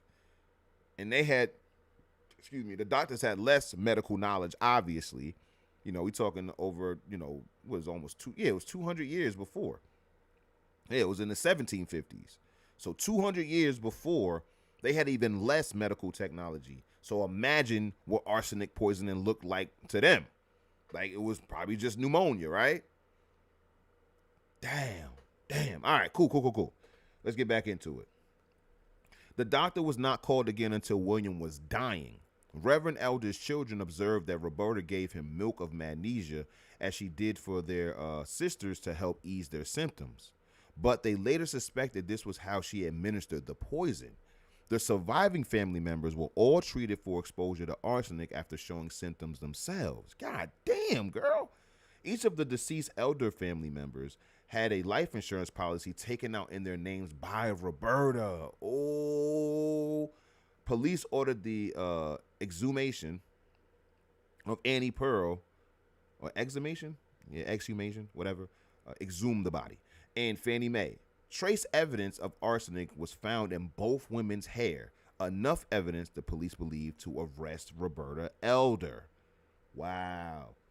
As the police continued the investigations, they found that Roberta Elder left a trail of bodies in her wake started in 1938 with the death of her common-law husband, John Woodard. 10 more potential victims were identified that died mysteriously while living with Roberta. Oh, this a black widow bitch. Oh, she a black widow. She's wildin', son. She is wildin'. This is insane. This is crazy. Wow. Okay. I lost my damn spot. Okay. The victims included an adult son, 2 of Roberta's infant children, only 1 week old, the other 2 weeks old, a grandchild, and her mother. Jeez. Roberta took out life insurance policies on several of the deceased in amounts ranging from $50 to $225, with the largest policies on Reverend Elder for $500 and $550 on Fannie Mae. She collected on the policies after their deaths. The police, however, could never prove that she ever purchased arsenic, though William's surviving children believe she got it from her brother's farm. Roberta was convicted to a life sentence based upon circumstantial evidence and remanded to prison. The prosecutor lamented that Roberta could not be executed because the law prevented it under circumstantial prosecutions. Throughout the investigation and trial, Roberta maintained her innocence. Roberta Elder was dubbed Atlanta's Mrs. Bluebeard, a pejorative term often referring to those that killed multiple family members based on the children's fairy tale in which a wealthy man with a blue beard kills multiple wives and leaves their bodies to rot in a special room in his home. Children's fairy tale? Jesus, what kind of fairy tale is that? I ain't never heard of no fairy tale like that. That's fucking crazy. That's fucking crazy, son. Wow. That's crazy, son. All right. Fairy tale. Anyway, according to Pittsburgh Courier reports, according to Pittsburgh Courier reporter William Folks, Roberta, quote, outdid the original namesake in her killing. Because of the number of deaths to which she has linked by police, the black press began to refer to Roberta as a serial killer or someone who kills multiple people without motive following a predictable pattern. While Roberta's killing spree did not draw attention from the mainstream white press, the black press, including the Pittsburgh Courier and Chicago Defender, reported on the case and on Elder's victims. The coroner declared Roberta's killing spree an quote unheard of thing that read like something out of a storybook, and it still received little attention. Elder was sent to prison, having never confessed, and her killing and victims went on unremembered. A female serial killer, a novelty to reporters and scholars alike, seemed to arouse no interest. The same year as Roberta's prosecution, a white woman named Nanny Doss was accused of killing 4 out of 5 husbands, called Lady Bluebeard or the Giggling Granny because she giggled every time she was asked about the killings. Jesus. The police later suspected that Doss may have killed 11 family members. Nancy Doss's case garnered national attention and continues to arouse public interest today, evidenced by her name appearing in the top 10 notable female serial killers as well as studies on female killers. We're just going to start talking about Doss now? Anyway, Doss's notoriety in popular culture capital nearly 70 years after her crimes revealed the disturbing trend in American history that black victims do not draw the kind of media scrutiny and interest that white victims do. Studies have shown that black perpetrators are disproportionately overrepresented in the media, while black victims are underrepresented. Meanwhile, white victims are overrepresented out of proportion to the rate at which whites are crime victims. Psychologist Scott Bond argues that myths about serial killers and their victims have led to the assumption that black serial killers do not exist in significant numbers. He argues that this occurs because 90% of serial murders kill people of the same race. Because American culture devalues black lives and misrepresents violent crime as something perpetrated by black criminals against white victims, black violent crime remains invisible. Black violent crime victims remain invisible. All right. Are we going to learn more about Roberta? Like, because, all of the contemporary commentary, like, it's cool, but we trying to talk about some cool shit here. Yeah, I don't see her name pop up anymore except here. Though Roberta's victims died decades ago, the phenomenon of consistently devaluing black violent crime victims remains to this day. Okay. All right. Got you. Heard you. Let's see what we got next. So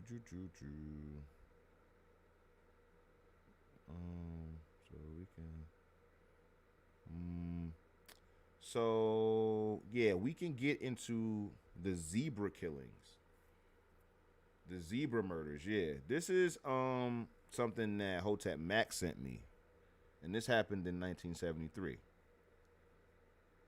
So we're gonna read this, and then after that we'll go into one last one, and then we'll get into the archives. This shouldn't take long. Let's see. The zebra murders were a string of racially motivated murders and related attacks committed by a group of 4 black serial killers in San Francisco, California, United States, from October 1973 to April 1974. They killed at least 15 white people and wounded 8 others. Police gave the case the name Zebra after the special police radio band they assigned to the investigation. Okay. Let's get into the attacks. Let's see. On October 20th, 1973, Richard Haig, 30, and his wife, Quita, 28, were abducted at gunpoint and forced into a van while walking from their Telegraph Hill home in San Francisco. Quita Haig's body was found nearly decapitated over 4 miles away on a railroad track. Richard Haig, who had been beaten unconscious, was later found wandering near her body. Excuse me, found wandering near her body with his hands bound and his head and his face slashed. He was able to give police a description of the attackers, describing them as three young black men in a white van. The description matched an earlier abduction attempt of three boys ages 11 to 15. On October 30, 1973, Frances Rose, 28, was shot repeatedly in her car near the University of California Extension. A witness to the shooting said a man sitting in the passenger seat shot Rose and then jumped out of her car. The man was identified as Jesse Lee Cooks, and he was arrested shortly after. On November 9th, 1973, Robert Wayne Stokeman, 27, was shot by Leroy Doctor. Just before the shooting, Stokeman, a field clerk for the Pacific Gas and Electric Company, was on duty picking up paperwork from various projects, and when a well-dressed man asked him for directions to a filling station, the man then pushed Stokeman behind a fence and pulled out a 32 caliber revolver, shooting him in the neck. He survived the attack, took the gun away from the man, and shot him 3 times in the arm, shoulder, and stomach. Leroy Doctor was arrested and sentenced to a term of 9.5 years to life in prison. 9.5 to life is wild as a sentence, just to hear it out loud. But how the fuck you shoot him in the neck and allow him to take the gun away from you and then shoot you 3 times? What the hell? Like, how did... Whew, boy, how? How y'all both get shot with one gun? That's crazy. Do better, Leroy. God damn, bro. That's why your ass got 9 to life, because you was dumb as hell. On November 25th, 1973, Salim Erekat, 53, was found dead in his store across from the San Francisco Civic Center. Erekat's body was found near an empty cash register, shot in the head, his hands bound with only his own necktie. Over $1,000 was stolen from the store. His wallet was found empty on a Mooney bus later that day. It was revealed that his murderer was a regular customer who had greeted Erekat in Arabic before his incident. His death was unique as he was an Arab and a person of color killed by the Death Angels. Okay, on December 11th, 1973, I want to say Paul Danchik, 26, was standing with a friend near a telephone booth. The friend told the police that 2 young black men in navy pea coats approached them and began shooting, killing Danchik. 3 .32 caliber shell casings were left at the scene. 2 days later, on the evening of December 13th, 1973, Art Agnes, 35, top aide to San Francisco Assemblyman Leo McCarthy, was in Potrero Hill, attending a meeting on child care centers. After the meeting ended, while Agnes was talking with 2 women outside, a black man walked up and fired 2 shots into his chest. Agnes survived the attack. Less than 90 minutes later, Marietta D. Girolamo, 31, was standing in a doorway alongside Divisadero Street when a black man wearing a long leather jacket shot her 3 times at close range. Police found 3 .32 caliber shell casings at the place of the shooting. They was fucking with that 32, boy. On December 20th, 1973, Lario Bertuccio, 81, was shot 4 times as he walked across the street while on his way from work. Just over 2 hours after Bertuccio was killed, Teresi DeMartini, 20, survived being shot several times near her apartment while parking her car after returning home from a Christmas party. Damn, they was wildin'.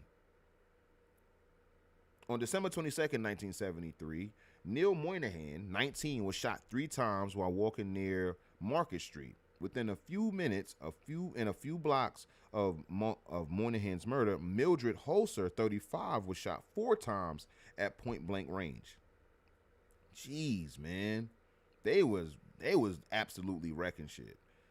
Initial reports of the Moynihan and Hostler shootings both mentioned a buckskin coat, but witnesses reported different races, and in some instances described a man with a medium complexion. Nevertheless, Police indicated that the shootings were likely committed by the same person responsible for the 5 other killings over the previous 5 days.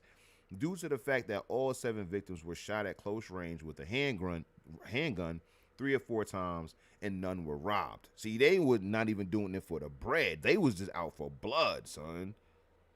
They was just out for blood. They didn't even care about robbing. One of them robbed $1,000 out of the store from the Arab dude, but that was it. This is all blood right here. Jeez. The killings resumed on January 28th, 1974, with 5 more shootings. 4 were fatal. Tana Smith, 32, was shot on the sidewalk only 6 blocks from her home. 10 minutes later, and 8 blocks away, Vincent Wallen, 69, was shot twice in the back while digging through trash cans for items to repair and sell to supplement his Social Security checks. Oh, man. Damn. He died just a few feet from his home, where friends were waiting for him to arrive to celebrate his birthday. Damn. John Bambick, 87, a man known for his funny hats, was shot twice in the back just an hour later and died immediately. Jane Holly, 45, was doing her laundry when a gunman ran through the door of the laundromat and shot her twice in the back. She died just before she could celebrate her 25th wedding anniversary. Oh, man. Minutes later, Roxanne McMillan, 23, survived being shot twice as she was removing clothing from her car by the same man who had just greeted her on the street. Damn. On April 1st, 1974, Tom Rainwater, 19, and Linda Story, 21, both Salvation Army cadets, were shot while on their way to grab something to eat at a restaurant. Only Story survived the attack. Damn, Tom. On the 14th of April, 1974, Terry White, 15, who was waiting for a bus, and Ward Anderson, 18, who was hitchhiking just a few feet away, were each shot twice. Both teenagers survived. On April 16th, 1974, Nelson Shields IV, 23, was making room in a friend's car for a rug he had just purchased when he was shot in the back 3 times. He died grasping a lacrosse stick. Wow. How many murders was that? Jeez. That was a lot of bodies, fam. That was a lot of bodies, bro. And it was about a year's time that he started in not even a year's time. They started in October and ended in April. You feel me? That's crazy. So what's that, 6 months? 6 months? Yeah, 6 months. That's crazy. All of them bodies in 6 months. Whew. All right, let's see. The murders caused widespread panic in San Francisco. The city suffered losses in revenue by a dramatic drop in tourist traffic. A manhunt dubbed Operation Zebra due to the Z police frequency used for communication was launched immediately following the murders on January 28th, 1974. Okay. A stop and search program was instituted on April 17th, 1974, following the shooting of Nelson Shields. The next day, a grid of 6 police combat zones was set up in the city of San Francisco, and more than 150 officers were deployed in the area. Each officer carried a composite sketch of the suspect, prepared by Homicide Inspector Hobart Nelson, based on the descriptions given by the many witnesses he interviewed. During the searches, field interrogation cards were filled out when officers deemed further questioning necessary. Okay. Vocal and widespread criticism from the black community emerged immediately following the start of the program. Black Panther Party leader Bobby Seale described the program as, quote, vicious and racist. The General Counsel for the American Civil Liberties Union, Paul Halvenick, stated that the measures taken by Mayor Alado and police are, quote, totally unprecedented in their scope and clearly indefensible in view of the Constitution. The Officers for Justice group, led by Nation of Islam associate Jesse Byrd, described the policy as, quote, racist and unproductive. A week after the program began, David Donald David DeFreeze, also known as Chink Matume. Okay. The black leader of the Symbionese Liberation Army said, quote, if we look closely, we begin to see the truth that Operation Zebra is a planned enemy offensive against the enemy to commit a race war. Okay. Also claiming that it was a means to get, quote, black males to submit to FBI classification and identification. Now, don't get me wrong. I can see the feds pulling some trickery. Okay. I can see the feds pulling some trickery by doing this shit. However, it's like, what did you want to happen? Like, as a result, like, you have men who committed, I want to say, was that at least a dozen people getting shot and or killed over the course of 6 months in this one area? Like, what did you think? Like, would you not want a state of an emergency at that point? So I get it, though. I get it. You know, over the course of 6 months, you know, however many people die and whatnot, we see those types of numbers in cities today where, like, people, like 50 people, 60 people that get shot over a weekend. And we don't shut down the city for that. So I get the logic. I get the logic. I'm looking at it at, because I'm with, you know, if there's something that's violating the Constitution, and I'm with, of course, calling that out. And yeah, this is like probably one of the first instances of stop and frisk and all of that other shit. So I see that. Like, you still gotta maintain people's constitutional rights. You can't violate people's human rights in here just because a bunch of criminals are out there. So I do get that. I do get that. And if just being on the ground about it, yeah, I understand that. Because even today, right, when it comes down to sending the military to these high crime areas and shit like that, it's like, that's fine as long as that non-criminals are not being criminalized. Then we have a problem. When you violating people's rights, like, people should be able to stand where they want, walk where they want and shit like that. And even if you know, stop them because they fit the description, like, you still have to do proper police work. Like, you can't just arrest people for no fucking reason. Like, that's bugged out. Because it's a lot of people, as you know, black Americans make up what, about 55% of exonerations. So as you can see, that it's America's justice system frequently gets the wrong guy, where more than half of the convictions are being turned over by exoneration. So they're definitely not batting at 1,000 at all. So just arresting a motherfucker and charging a motherfucker is definitely not enough for me to, you know, be cool with saying that, you know, he did do that, because motherfuckers fuck up. Let's see. In response to the public backlash about the program, a lot of, am I saying his name right? Alioto, excuse me, Alioto. I thought that was two L's. Alioto compared the interrogations to that of the Zodiac murders, in which hundreds of white people were also stopped, and defended the searches as constitutional. Okay. Dr. Washington Garner, the first black police commissioner for the city of San Francisco, urged the city's black men, quote, if you are stopped, don't resent it. Show your identification, and if necessary, permit a search.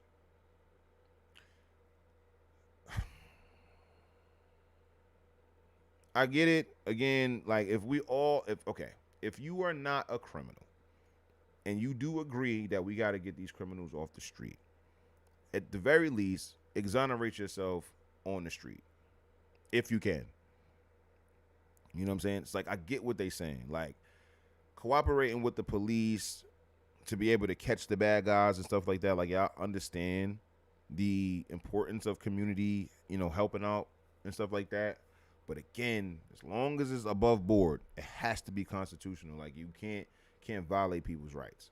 But he's the first black police commissioner, so it ain't like he about to be a rebel. You know what I'm saying? Let's just be honest about that. Like, it ain't like he about to come out there and say some, like, rebellious shit. You know, he's not going to be raging against the machine. He's going to 100% be a product of the machine and want to keep the status quo what it is. So you got to keep that in mind as well. All right. Two lawsuits were filed, one by the NAACP asking the stop and search tactic to be declared unconstitutional, and another by the ACLU on behalf of 6 young black men asking the searches to be stopped. Nathaniel Colley, an attorney for the NAACP, told the judge, quote, by admission, the police are engaged in a wholesale violation of every black male's rights if he happens to be what they think fits the description of the zebra killer. See? On April 22nd, 1974, Alioto was spat on and struck on the head with protest signs as he walked through a crowd of about 1,000 demonstrators organized by a group called the Coalition to Stop Operation Zebra. This was a CSOZ. Okay, during the hearing for the lawsuits, which began April 24th, 1974, Chief of Inspectors Charles Barker reported that of the 567 black men that had been stopped, 181 field interrogation cards were submitted, and that the searches produced, quote, no effective leads. A memo from Barker disclosed that day revealed directions to the police that stated, quote, be more selective in making stops. Make them when the individual was acting or appears to be out of the ordinary. See, this is what I was talking about. Sweeping police and shit like that. This is what I'm talking about. Now you jamming up a whole bunch of law-abiding citizens and shit, and you violating their rights. You can't do that. On April 25th, 1974, U.S. District Judge Alfonso Serpoli issued a court order ruling that the searches unconstitutionally violated the rights of young black men and said officers must have probable cause and that a likeness to the composite drawing was not enough. See? There you go. Enough fucking said. Unconstitutional. Get it the fuck out of here. Following the order, the police cut back interrogations just to over a dozen per day. And on April 26, 1974, the city filed an appeal to Zerpoli's order. Okay, by April 18th, rewards totaling $30,000 were being offered for information leading to the arrest and conviction of the persons involved in the murder. Did you know? I recently learned that you can lie about that. I didn't know that. I thought that was like some false advertisement law or something. Like you couldn't do that. But apparently you can like totally renege on rewards for shit. Like, oh, if you have any information on this, we have a reward for 30,000 and all this other shit. And it's like you go up there, give the information, and they was like, yeah, well, thanks for the info. Fuck out of here. It's like, yo, where's my money? It's like, what money? Fucking owe you no money. Get out of here before we arrest you. You know what I'm saying? Just 10 days later, April 28th, 1974, Anthony Harris attended a secret meeting with the mayor that led to the arrest of 7 men on May 1st, 1974, just 6 months after the killings began. The men were identified as J.C. Simon, 29, Larry Green, 22, Manuel Moore, 23, Dwight Stallings, 28, Thomas Manny, 31, Edgar Burton, 22, Clarence Jameson, 27. The last 4 were released due to lack of evidence. So who was the nigga that was speaking perfect Arabic? I thought it was going to sure be like a Ahmed or something in there. Like, which one of these niggas was speaking fluent Arabic in the store? It was later reported that Harris, the informant, had actually been in discussions with police prior to meeting with Alioto. In the 10 hours of interrogation that was taped, he provided names, vehicle descriptions, stash locations inside of vehicles, and the center location where victims were taken for killing and dismemberment. As a result of this information, a special 28-man group of black police officers, of course they send out the niggas to do this, was divided into teams in order to maintain 24-hour surveillance on the named suspects. A public reference to this special team was made by Chief Scott on April 23rd, 1974. As an informant to police, Harris was stashed in a hotel and kept under guard. 2 days later, Mayor Alioto was approached by a lawyer on behalf of Harris, who was motivated by a $30,000 reward.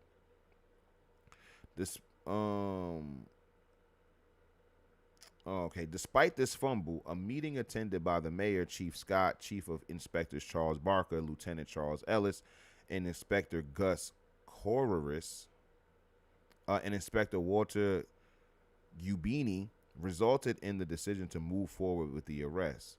Search warrants were issued Um. Oh, okay. Search warrants were issued for a black self-help center where Green, Simon, and Moore worked, and Green and Simon's apartment and an automobile seized. Um, at the center, they collected a roll of rope, an axe, bows and arrows, a sickle, a machete, wire, plastic bags, 5 knives, a small hatchet, a handsaw, and a spear.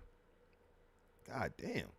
In the apartment, they found two swords with scabbards on it and rope. Huh.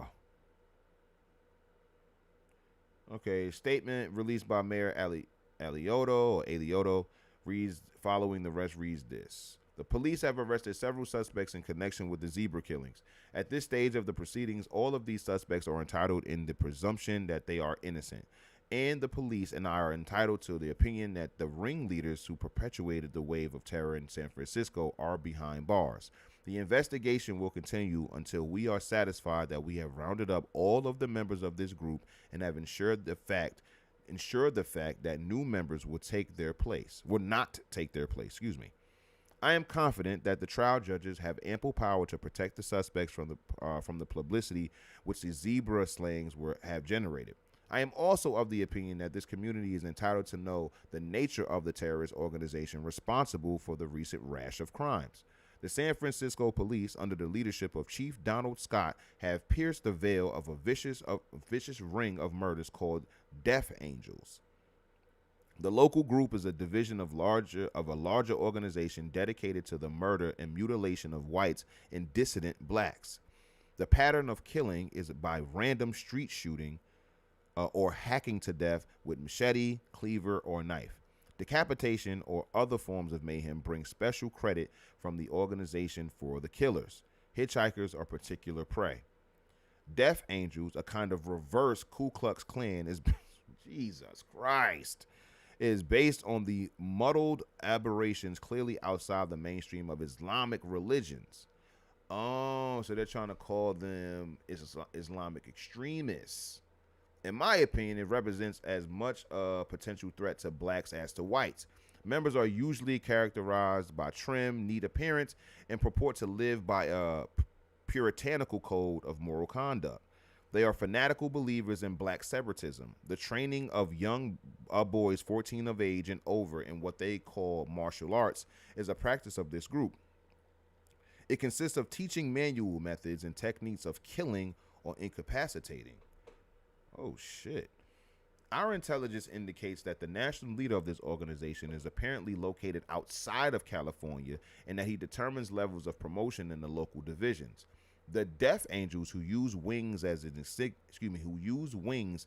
insignia, literally earn their promotions upon presentation of proof of the number and nature of the murders committed. Wow. This is crazy. Nearly 80 California murderous assaults, principally in Los Angeles, San Francisco, Alameda, and Sacramento counties between September of 1970 to date have been characterized by the Death Angel pattern of operations, i.e., unprovoked attacks involving random shooting of whites in the street or mutilation by heavy bladed weapons committed by neatly dressed young black men. An examination of the specific facts in the attached partial list of victims amply supports the inference on courtroom evidence that the similarity of pattern is better explained by concert of action than by coincidence. Wow. So they're actually tying this shit to 4 years of murders. And 80 murders in 4 years. 80 murders in 4 years. That's crazy. A concerted drive by local, state, and national law enforcement agencies is desperately needed to shatter this organization. Otherwise, the arrest of present perpetrators will result in their replacement by other Death Angels. The jails are favorite places of recruitment with job opportunities upon release as one of the inducements. Investigation by local police, the FBI, and grand juries, preferably coordinated by the Attorney General of California, is, in my opinion, an absolute imperative. This investigation must be carried on by skilled, professional, dispassionate police work, avoiding emotional appeals and hysterical speculation.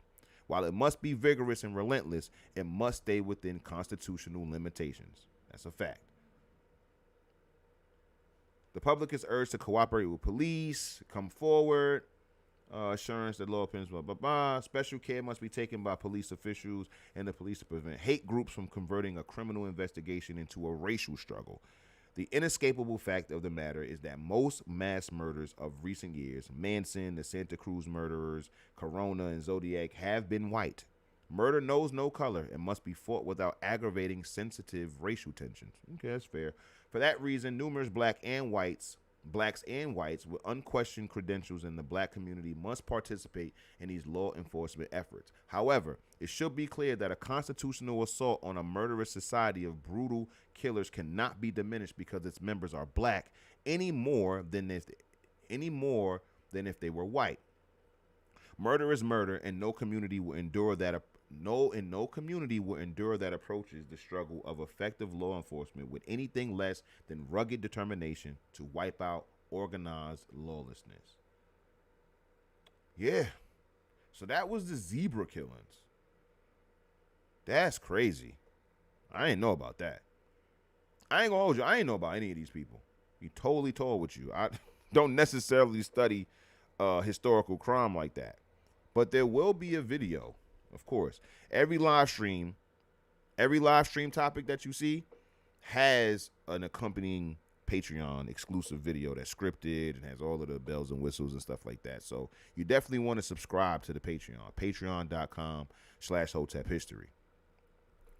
Okay. So we got another serial killer, but it's 10 o'clock. Let's get to the archives.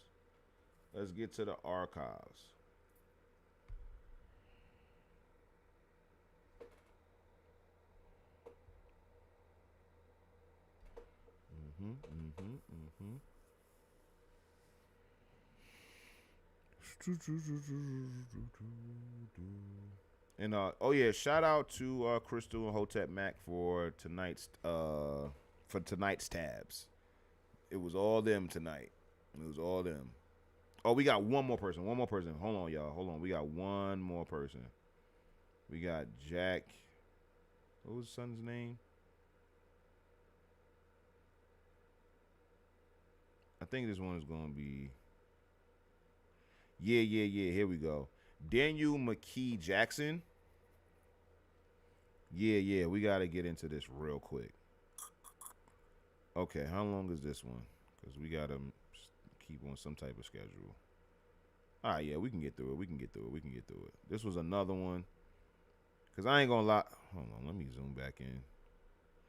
Because I ain't going to lie. Like, the murderers, I knew we was going to talk about the serial killers and stuff like that. But I really wanted to know, like, the money crimes. And that's the reason why we going to the archives. Gambling house owner, funeral director.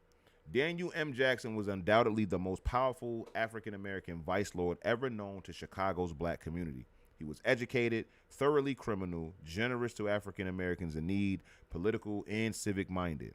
Jackson, a quiet, savvy man, ran several gambling houses out of his funeral parlors. Oh, we need a movie. Just off the premise of that alone, we need a movie. You running a gambling joint out of your fucking funeral parlors, bro?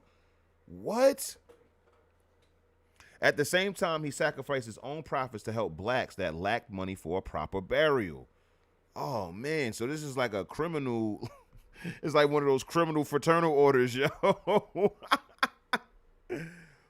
He was born September 9th, 1870 in Pittsburgh. He came to Chicago in 1892 with his father Emmanuel and his brother Charles, and together they opened a funeral parlor at 26 and State Streets in Chicago's Second Ward. By the time Jackson arrived in Chicago, he had graduated from Lincoln University in Eastern Pennsylvania. He and the family ran the Emmanuel Jackson Undertaking Company until tensions developed with his father. Because of the increased population and concurrent lack of public health regulations, a variety of professional groups developed. Within the ranks of embalmers, casket manufacturer, funeral directors, and burial policy agents, professional associations formed to ensure that funeral industry standards were met. Jackson was one of the first African Americans to use the most up-to-date undertaking techniques in his business. Standardization in the funeral business did not lead to impersonal or ethnically identical services. Black funeral companies even benefited from the prejudice of some white funeral parlors that did not like to handle blacks. So, remember I was telling y'all about like Booker T. Washington and the National Negro Business League and then the subsequent all of these different national Negro associations. They had National Negro Associations of undertakers and National Negro Association of funeral directors and stuff like that. So just wanted to add that context here. This is crazy. Engages in the legitimate and illegitimate businesses. Okay, let's get into it. Jackson relied on gambling for a large part of his income. A crackdown on gambling in 1923 by a new face in the mayor's office, Democrat William Deaver, severely reduced Jackson's profits. Because of the Great Depression and the deteriorating economy, Jackson sought a partner, and he and Otto Stevenson, a black entrepreneur, joined forces to provide a burial insurance service to Chicago's Bronzeville residents. So this is what I'm talking about. Just like the fraternal orders did, the secret societies did, in providing funeral benefits and burial benefits and stuff like that to their customers, or to their members rather. This is something that they were doing too. Jackson did the funeral services and Stevenson sold insurance. 1923, right? Well, this is the Great Depression, so that would be like 1929, 1927 to like 1930s. And so this has to be based upon the groups and stuff like that, especially in like a Chicago. This had to be based upon the models of the fraternal orders that were, there was a lot of them during this time. The Metropolitan Funeral System Association, MFSA, as the company was called, continued an earlier tradition of mutual aid and beneficial societies to provide funerals to those with limited income. See, I told you, I'm going in these articles blind, and I'm not reading ahead when I stop to talk. See, I knew what I'd be talking about, son. It's just shit like that. When I say something and then one sentence later, it like literally corroborates what I be saying. It be letting me know that I be on the right track, that I be thinking right. Working class citizens received affordable funerals, prompt payments of claims, and inexpensive premiums. 15 cents paid in each for 15 cents paid in for each dollar paid out. And the arrangement allowed recent immigrants the opportunity to return their deceased to the South for burial. So that goes in with the Great Migration, right? Because this is in the 1930s or late 1920s going into the 30s, and the Great Migration started in 1910. So this coincides with that. Okay? The premiums that subscribers paid per policy was inexpensive and did not provide enough money to cover the cost of a funeral.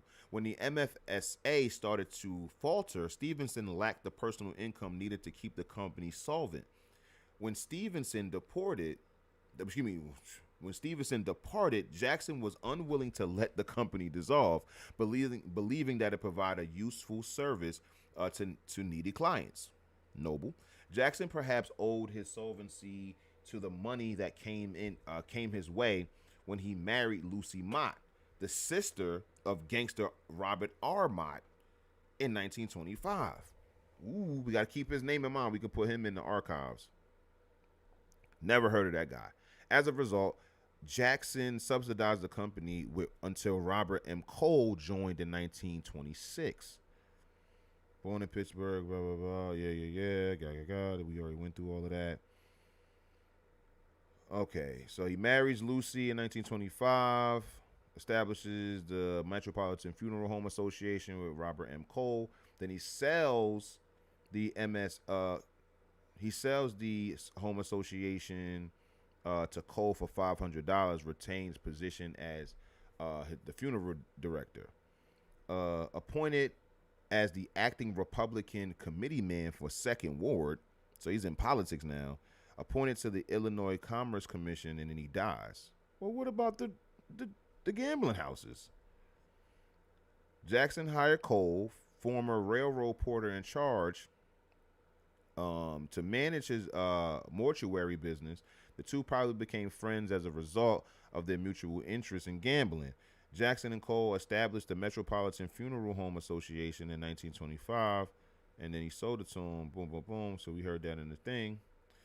Cole reorganized the MFHA and later renamed it the Metropolitan Mutual Assurance Company. He hired two former associates of Jackson, professionals who restructured the company's policies. First, premium charges were restructured and college trained businessmen managed the accounts. Between 1927 and 1931, Cole had poured $18,000 of his gambling profits into the business to keep it afloat.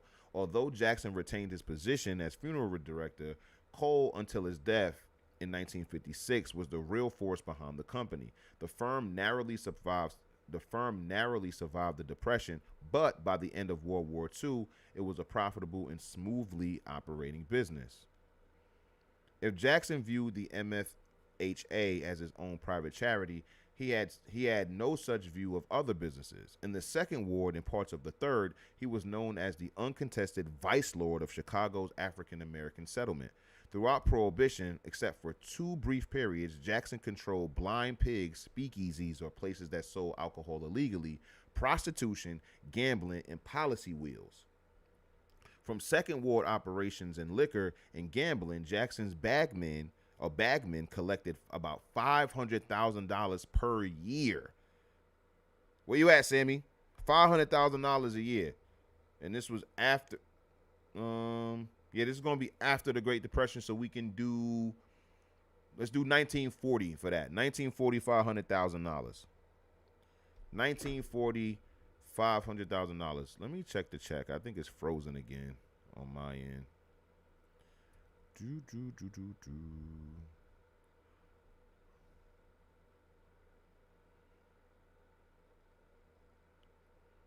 Okay, no, it seems okay. I think we up to par or up to date. Okay. Where did we leave out? And from the third ward in adjacent areas, another 200,000. So do through Jesus Christ, do 700,000 in 1940. $700,000 in 1940. Jackson's secretary Carter Hayes collected protection money, approximately 40% of the proceeds from each of the illegal games in operation. Jackson's men also shook down pool halls, saloons, cabarets that operated craps, poker, and blackjack games and sold gin and whiskey on the premises. The quiet, shrewd Jackson ran several gambling houses. Two were located in his funeral parlors and a third in the Pekin Theater building. During the racial strife of 1919, Jackson began to take an interest in politics. Shortly before the 1919 victory of William Hale Big Bill Thompson, Jackson became active in politics. Thompson was not unknown to Jackson since Thompson had lived near the Jackson family mortuary. Jackson was impressed with Thompson's address to the Second Ward voters during his first run for mayor. The thrust of his campaign hinged on his willingness to provide jobs and stay out of vice operations, mostly controlled by Jackson, in exchange for votes in the ward. You see how you supposed to do fucking politics, man? That's crazy. So Sammy lets us know here it's 11.5 million for the 500,000 and 700,000 is 16 million, $16.1 million, adjusting for inflation. And they said he made that a year, ladies and gentlemen, a year, per year. You feel me? Per year. All right. So again, a through line that I'm noticing about these notable gangsters of the 20th century is that they understood the importance of having the police and politicians in your back pocket, because it says, and let's just look him up. Was he black? Was he black? I want to see. Probably not black. This is 1919. I mean, I wouldn't be surprised at either race, but I don't think he was black. Yeah, I figured he was white. Nah, it's all good. It's all good. It's all good. All right, so this was him. He's the most recent Republican to have served as mayor. What? Hold on. I just want to make sure I'm reading that right. Mayor of Chicago, known as Big Bill. He is the most recent Republican to have served as mayor of Chicago. Historians rank him among the most unethical mayors in American history, mainly for his open alliance with Al Capone. However, others recognize the effectiveness of his political methods and publicity-oriented campaigning, acknowledge him as a political chameleon and the leader of an effective political machine. Yo, that is fucking crazy that Chicago hasn't had a Republican mayor since 1927, son, or 1931.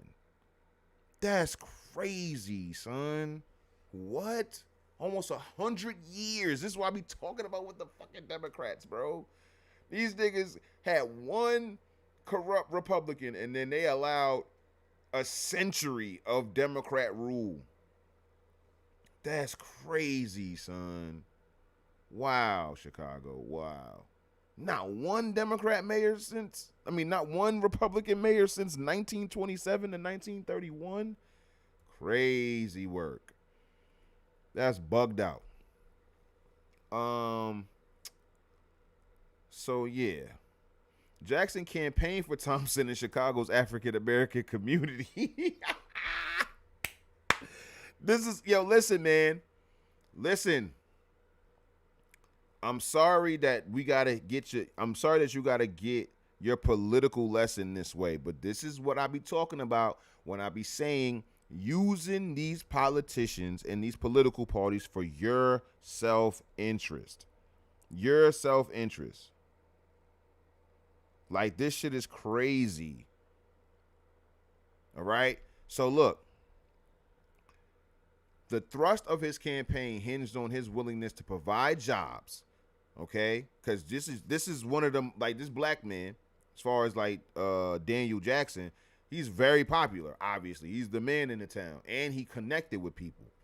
So the thrust of his campaign hinged on his willingness to provide jobs and stay out of vice operations, mostly controlled by Jackson in exchange for votes in the ward. Listen, bro, that's tangibles.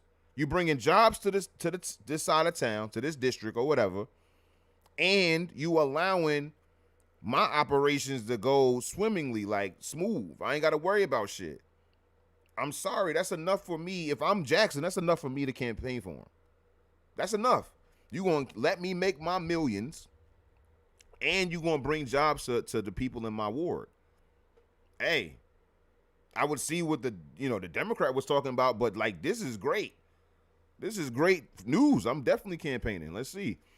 Jackson campaigned for Thompson in Chicago's African American community. Since Jackson consistently donated a percentage of his gambling profits to the less fortunate in the community, he helped secure votes for Thompson, who claimed that African Americans had the right to self-determination. Thompson's campaign rhetoric aimed at black gambling gained him the staunch support of voters and ward-level political candidates. So successful was Thompson at securing local offices for his constituents that his detractors began to call him the second Abraham Lincoln.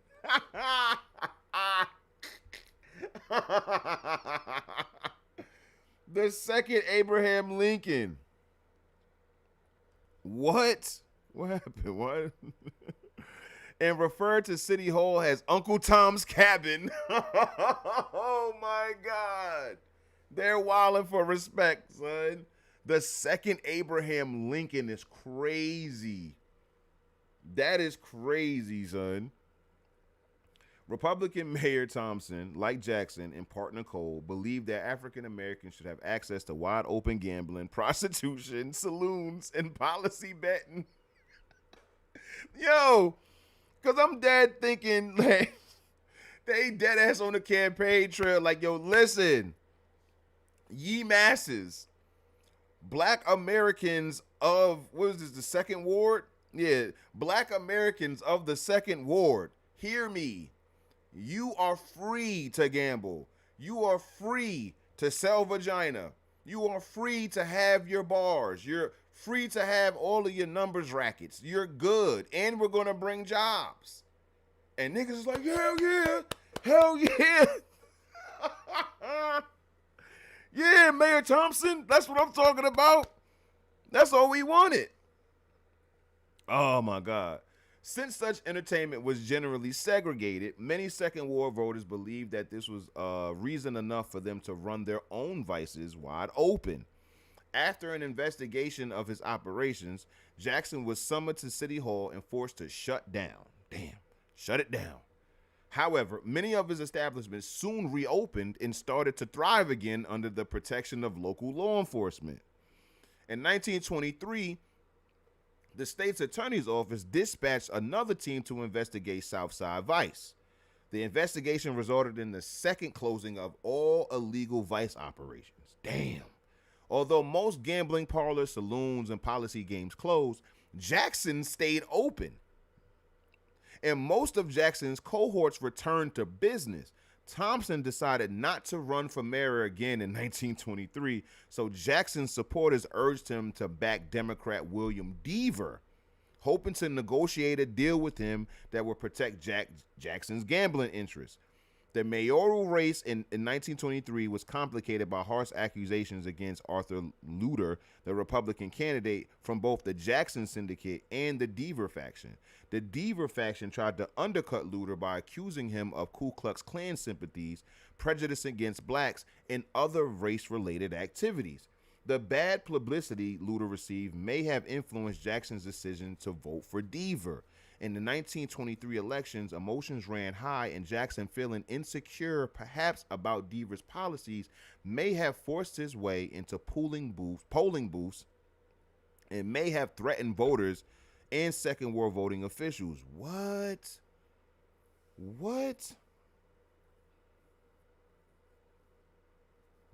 He forced his way into polling booths and may have threatened voters. Damn, if you vote for the... Damn. Okay. So after Deaver's election, Jackson's supporters saw their worst nightmare come true. See? Fucking with the Democrats. Fucking with the Democrats. You see? Fucking with the good old Democrats. 1920s. Deaver closed Jackson's operation for the duration of his term in office. Jackson and his cohorts threatened to oust Deaver, which in effect they did by re-electing Thompson to a second term in 1927. By this time, voters and gamblers alike were becoming disaffected. The prices they paid Jackson for protection were draining them, since they often took in less than they paid out. Much of the money they paid was used by Thompson for his America First cronies. So wait, there was America First? What? For his America First cronies who were running in 1928 primaries. The America First Party's goals were to keep American troops out of Europe and other foreign countries and to encourage self-determination. The America First Party? Hold on. Ain't that your boy? Ain't that your boy Nicholas? What?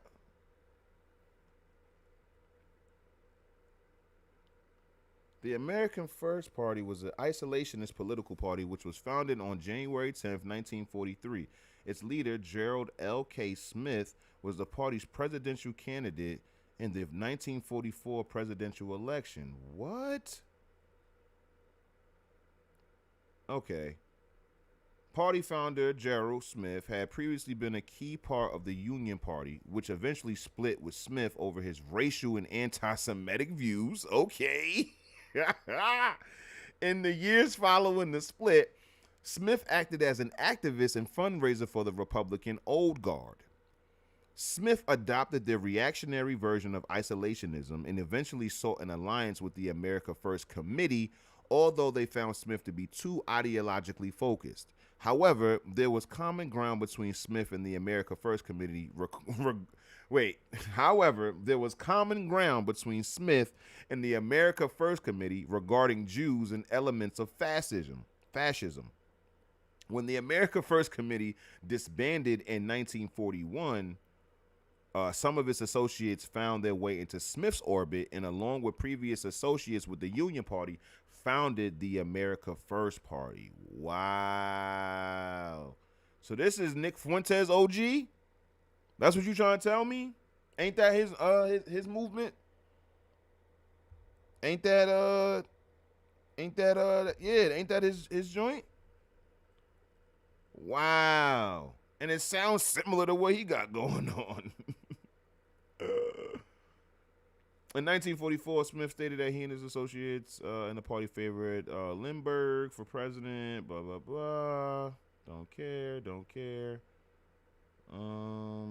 They had a convention. What was the convention like? The America First Party nominated Gerald Smith as its candidate for president July 31st. At its first convention began July 29th in Detroit and chose an electoral college slate to support him. Bricker, John W. Bricker, reached by telephone Columbus, said of the Detroit nomination, "I know nothing about it. I know no one connected with it. I shall not permit my name to be used in any such connection. I am a candidate for vice president of the Republican ticket only." Oh my God. This is crazy. So yeah, they pretty much got this the fuck out of here. Damn. So shit, boy. Oh, Nicholas need to take notes. You gotta look at what happened with your peoples that came before you.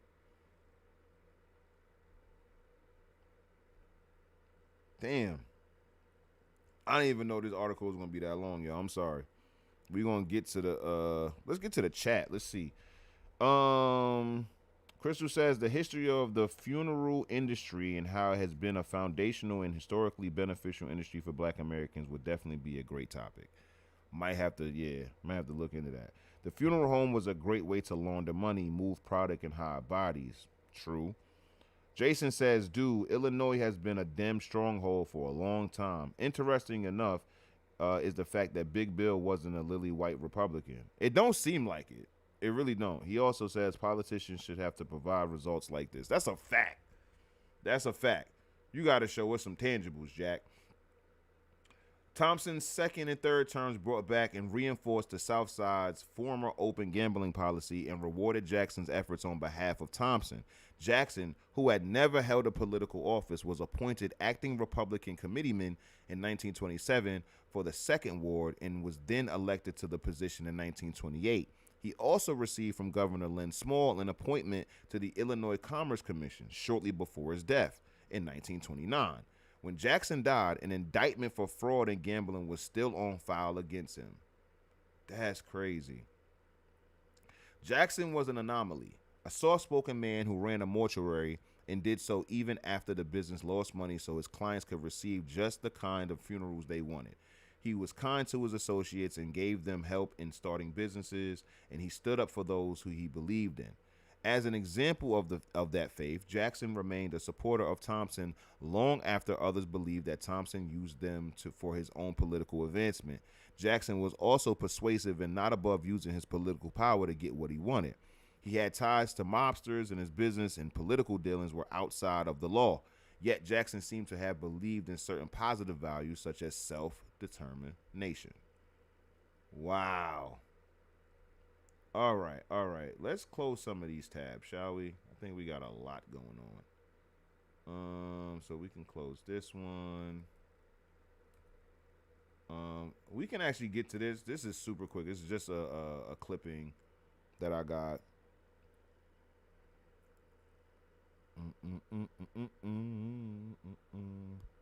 Hurry up and load up Flickr. It's just one picture, bro. It's not even like a whole article.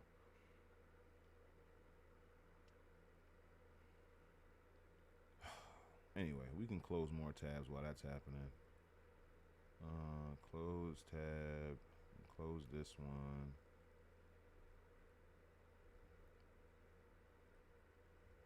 Is it really going to take forever to load up this picture? I don't get it. I do not get it. Okay. It was some person named like Roger Whitetop.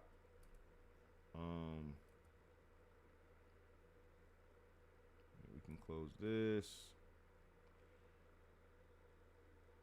Yes, Odessa Madre. I definitely got to do a video on these people because I did not know Odessa was giving it up like that. I didn't even know Odessa existed. G, like this is crazy.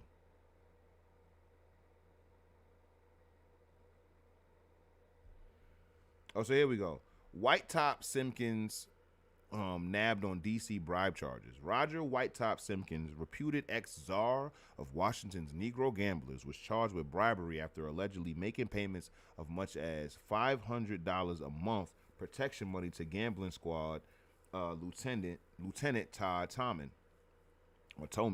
Toman, who set the trap for the arrest, which included 7 other alleged gamblers and 2 white police officers, informed top police officials of the proposed payoff plan, which began in November of 1953.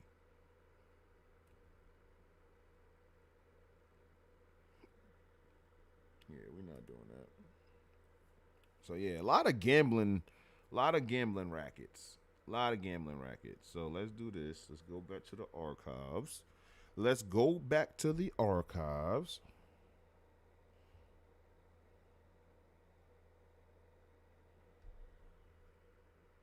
All right. Let that load up.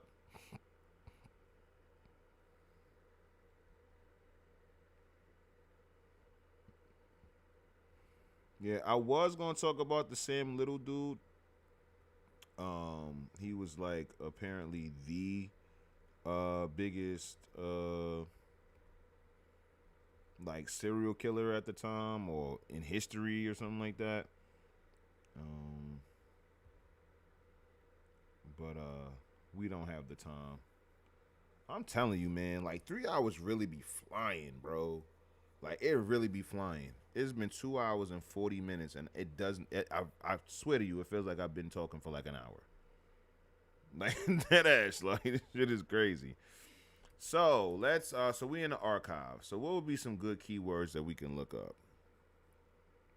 Well, I know of one person, Theodore Rowe. I do know of him. Theodore Rowe.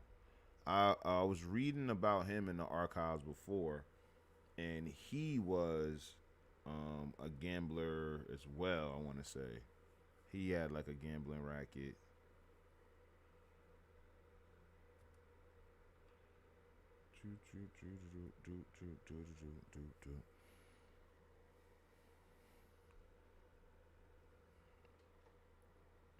You ready to get this cheddar? Whatever, man. I'm telling you, I cannot wait to upgrade my device when it comes to this. Stuff be super laggy. Shit, I remember earlier today and yesterday, I've been doing my best to upload the video for episode 3, and I've been having some trouble. I mean, it's not a big deal. I know I'm gonna fix it, but it just speaks to me having to upgrade my systems. That's all. Cause I think we frozen now. Oh man. Okay, it's fine. Um. Okay, so it should be coming up in a second. But yeah. Sammy says that new job I told you about started today. Congrats, congrats, congrats. Learn the founder won the DNC primary in 1920. Definitely perked my ears up. James M. Cox. That's crazy, post. But that's crazy.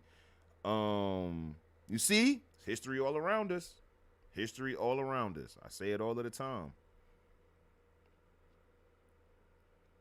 That's crazy. The founder of the company.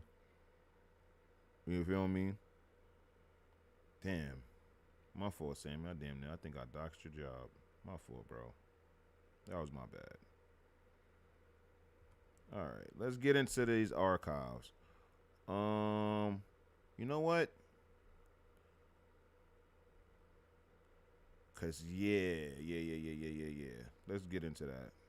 Let's get into that.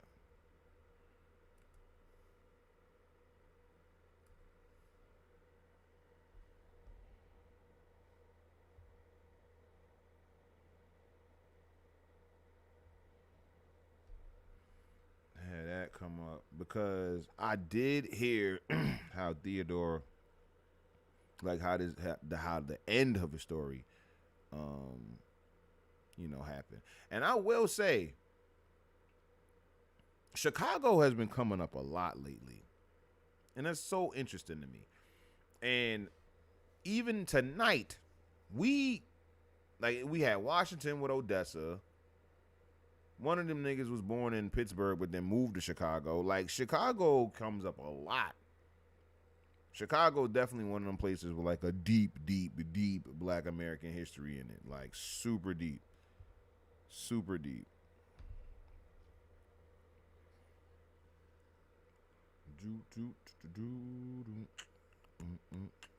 Is this loaded yet, man? Like, come on with this shit. Ugh.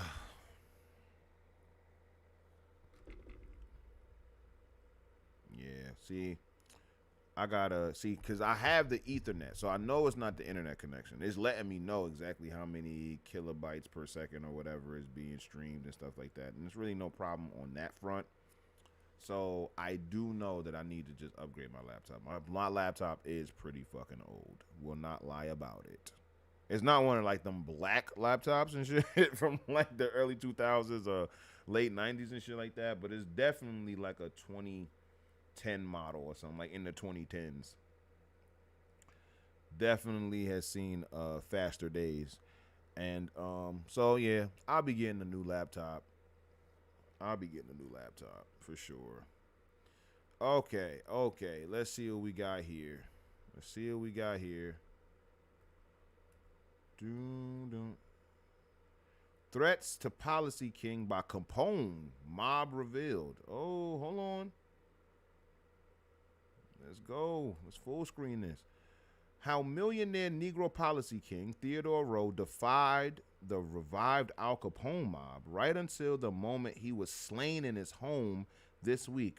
All these facts are beginning to unfold. First, there's the information from his associates that he told them, two men, Gus Alex and Sam Giacane, powerful in the Capone setup, had threatened to kill him several times if he did not sell his lucrative wheels. The 54-year-old Rowe operated three wheels, the Delta, the Indo, and the Alcoa. The syndicate offered him a token payment of $250,000 for turning them over.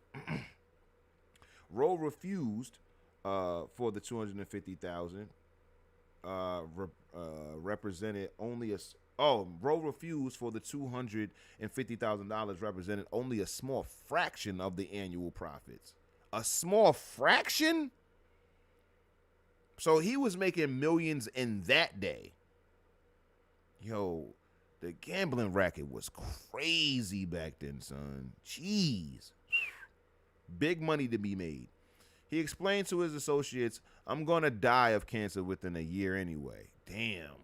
So he was already ready to die. Later, the syndicate increased the money for the three wheels, but Rowe was still defiant.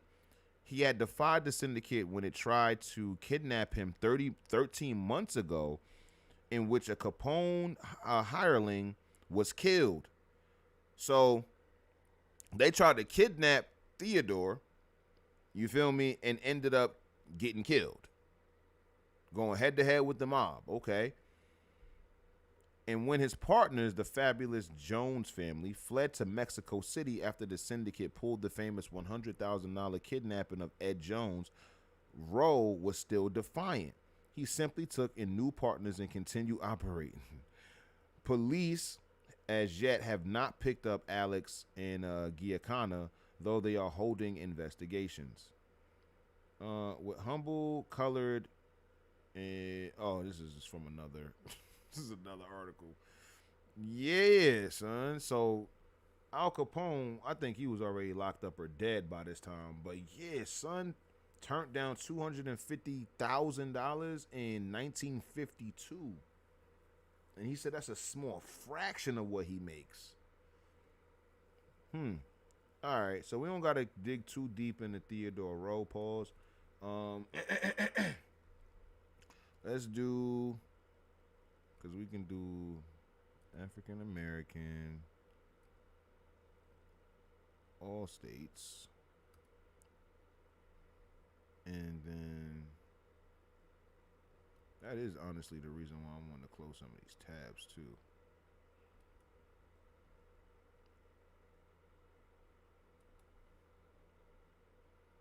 There we go. Now we can start just Xing them out. Boom, bong, bong, like that. Yep. Bong. Okay. Close that one too. All right. So we can do. Let's do. We did a bunch of murders. I don't want to get into murders. Let's see. I guess we can do bank robbery.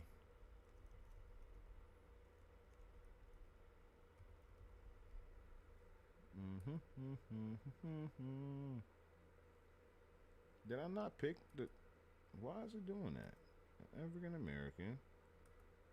All the states.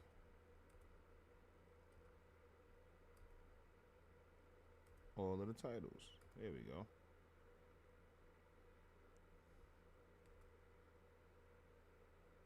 There we go.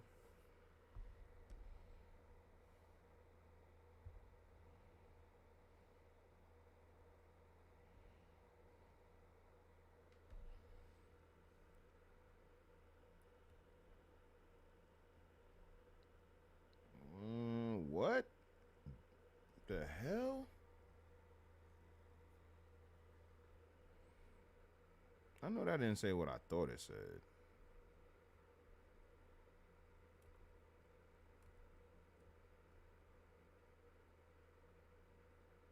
Oh, we got two good articles. Hold on. Wait a minute. Bank robbery versus chicken robbery. There used to be a great howl about Negroes stealing chickens and watermelons and other small parcels, but the latest fad now is bank robbery, alias bank failure, and the subsequent suicide of the teller or president. What? Another bank failure last week. Another bank failure last week at Chicago. Look, Chicago come up again. The president fled to parts unknown, and the teller, a young man only 30 years old, killed himself. The people will soon be afraid to trust even the bank. This is simply a combined effort of systematic robbery. But hold on. Negro girl will soon be multi-millionaire. Who's this? Hold on. Little Isabella Lewis, a full-blooded Negro girl of Tulsa, Indian Territory, falls heir to a vast fortune. She is not quite wearing knee dresses and cannot have charge of her money as it falls due. But the same is guided by the eagle eye of the U.S. government. I know it's oil. I already know it's oil. You ain't even gotta tell me. It's Oklahoma, and she's about to be a multimillionaire. It's only oil. It's only oil. Watch. She has land allotted to her on which has been discovered oil. The wells are in operation. Her land is leased for 1/8 of the revenue accrued, which amounts to her share $650 per day or $237,000 a year. This is a vast amount credited to her at Secretary of Interior's office. At 5%, this will bring $11,850 per annum. This is no dream. You will see an account in St. Louis Globe Democrat, August 5th, 1906. I'm telling you, them niggas who was able to get that land in Oklahoma and they got all of that land, I'm telling you, so many people got rich overnight because of that oil. So many. And it'd be so funny because a lot of this land was given to the children. That's why they be saying like Sarah Rector and shit like that, Isabella Lewis. That's another video idea. Yeah, I'm going to put that on the board. As a matter of fact, that's going to be for a live and for a scripted video. For sure. We're going to do like oil barons, like Black American oil barons. I'm going to make sure I put that on the whiteboard. Wow. Isabella Lewis. Okay. Shout out to her. But you see how they was playing with us, right? You couldn't be in charge of your own money. Why the fuck not? Why the fuck not? Let's see. Open up a new tab here so we can just go back to the results when we're done reading. Let's see what we got here. Struggling Hearts. Is this a movie or some shit? Pretty lady. Let's see. Yeah, this might be a fucking big odd gang leader and crook has killed a man in a bank robbery. Yeah, this is some other shit. This ain't real. This is like a novel or something. Don't care about that. Is this more of the same shit? Did I just click the same goddamn newspaper from the same? Oh man, Struggling Hearts. It seems like a ongoing series. Hold on, what's this? Is this a part of the novel? Is this a part of the story? The courtroom was crowded. David glanced over the peering, pushing mob listlessly. Yeah, I think. Yeah, I think this is. Yeah, now go on with the story. Yeah, this is some other shit. This is not real. But I did just see something that was interesting. What did that say? How to keep well.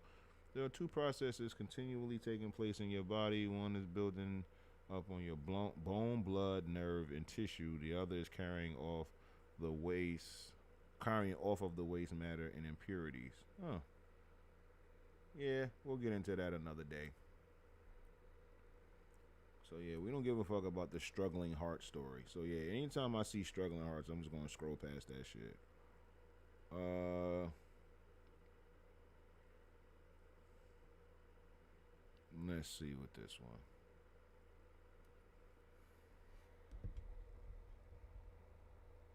Have you done a live on black businesses already? Um, not particularly, but like we talk about black businesses pretty much every episode. You know what I'm saying? Shit like Daniel Jackson, he had a bunch of funeral parlors and shit like that. Like we going like black business. Like when you come to Hotep History, you gotta know it's gonna be everything black. Everything is black. All of the businesses is black. Like I ain't gonna lie. I want y'all when y'all come to Hotep History to like literally step into the eras in which I'm talking about and understand that it's gonna be water wall black shit. Like that's just what it is. It's all gonna be black. So yeah, we talk about black businesses like all of the time. But we haven't like explicitly went down. Let me see. Cowboys, culture clashes. We did touch on businesses in that one. Banking. We talked about black banks. Innovation. Like a lot of the inventors and innovators in the country. Black American secret societies are basically businesses and shit like that. Yeah, we touched on black businesses here and there. And honestly, when you talking about like having a live about black business is like super vague. Like, you know how many like dog like black businesses start in like the 17th, 18th century, bro. Like it's deep. Like that type of shit is deep. So I wouldn't even know where to start technically. Like obviously I could talk for 3 hours right now about black businesses in the past. But like for a whole live, I don't know. Carnival in 3 states. Bold bank robbery near Council Bluffs, Iowa. Boy thieves in gay Gotham. Pause. Sensational and wholesale escape of prisoners from the Sioux Falls, South Dakota penitentiary. 2 of them were recaptured. Oh man. A robber walked into the savings bank at Traynor, a small town 15 miles east of Council Bluffs, Thursday afternoon, and at the point of a revolver, compelled the assistant cashier, Miss Frances Flood, to take $1,700 from the cash drawer and vault and put the money in his bag. Then the robber drove the young woman, who was alone in the bank, into the big vault and locked her in. Customers coming into the bank half an hour later heard the girl screams for help and released her from the vault. She had once told of the holdup, and an armed posse was started after the robber. The police and the sheriff's office at Council Bluffs were also notified and started armed men into the country to intercept the robber. But up to midnight, he had not been apprehended. A syndicate of boy thieves. Oh, what's this? New York hotels systematically robbed by bellboys. Oh shit. This is crazy. A bunch of bellhops is robbing the spots. Hold on now. Let's get into it. The police have unearthed what they believe to be a syndicate of bellboy thieves extended among the big hotels of New York, Philadelphia, Chicago, of course, and St. Louis in the arrest of Arthur Frazier, an employee of the Metropole, Thursday. Frazier was arrested on suspicion of having a hand in the many robberies of jewelry and clothing that have occurred at the hotel in the last month. A detective captured him after living for 3 days at the hotel in the guise of a man with plenty of money. In Frazier's pockets were found letters from bellboys from Philadelphia, Chicago, and St. Louis. From these letters, the police think the gang worked together, sending their loot to each other to dispose of. In a letter signed Vernon Lobard, Washington Hotel, St. Louis, and dated September 22nd, the writer informed Frazier that he was sending him jewelry from which he should realize $1,000 at pawn shops. Dog, when I tell you that the fucking history is so much more compelling than the bullshit that they be having on TV shows and Netflix and shit like that, nigga, it was a syndicate of bellhops, bro. It was a syndicate of a bunch of bellboys robbing swanky hotels in 4 different cities, bro. This is crazy, son. And then the genius part about it is that if you rob a fucking hotel in Philly, you're gonna send it to St. Louis or Chicago to get it pawned. So the local pawn shops don't have no evidence of that shit. That shit is fire, son. What? This is crazy, son. So you had New York, Chicago. So you had New York. Yeah, hold on. Where's the list at? New York, Philadelphia, Chicago, and St. Louis, bro. What? That's so crazy. Cliff says bellhop robberies actually sounds dope. Exactly, bro. That's what I'm trying to tell niggas, son. That shit is fire. That is a dope ass fucking premise for a show. They getting shit off. Oh man. Oh, let me check the chat. Damn, Sammy, I was sitting there. So some of Sammy's comments come up and some of them don't. Says that all the fairy tales of you think about London Bridge, Rockabye Baby, Jack and Jill, all of these are historic tragedies. That's what I heard. That's what I heard. There's a joke in there somewhere given recent events, but we'll leave that alone. I know exactly what you was talking about, Sam. But yeah, we gonna leave it alone. But son, yeah, bellhops, that's crazy. That was crazy. Let's see what this one, we can close out of that one. That was so dope. I'm glad we got that on camera. Like, I'm glad we found that while we was on live. Oh, damn. This is after 11. It's all good. It's all good. And it's so funny that there's even more people in here after 11. Y'all some night owls, huh? How would y'all feel about a late night stream? Would y'all be on a stream at like 1, 2 o'clock in the morning? Would y'all ever do that with me? Would y'all ever be in the comments? Like, you can't just watch me. You gotta be in the comments with me. I'll fuck around and fall asleep on this bitch. Damn.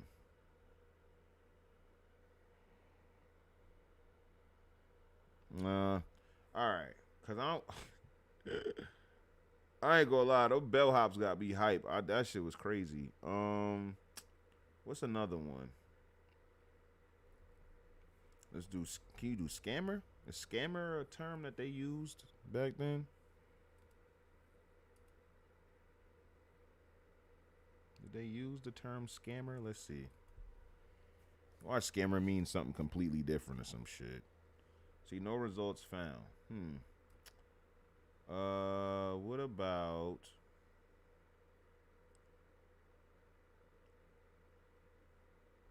wait, did I?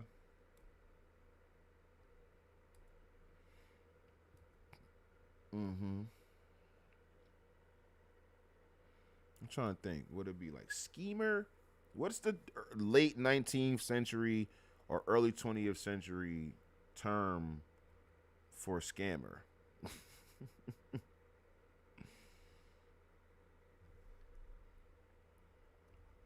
Because I could put scheme, right? Ooh, maybe heist. See what heist comes up. Oh yeah, heist, robbery. Okay, I did search for that once before.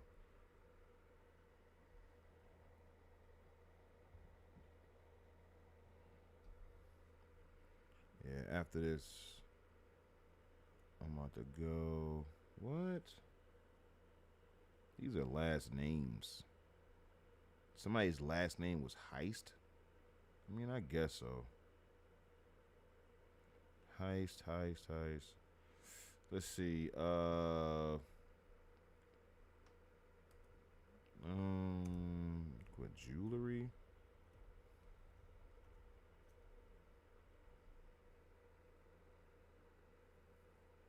Because it's not a phrase. It's all of these words. If I was searching for a phrase, then it would have to, fix up. But it's just having the words in there.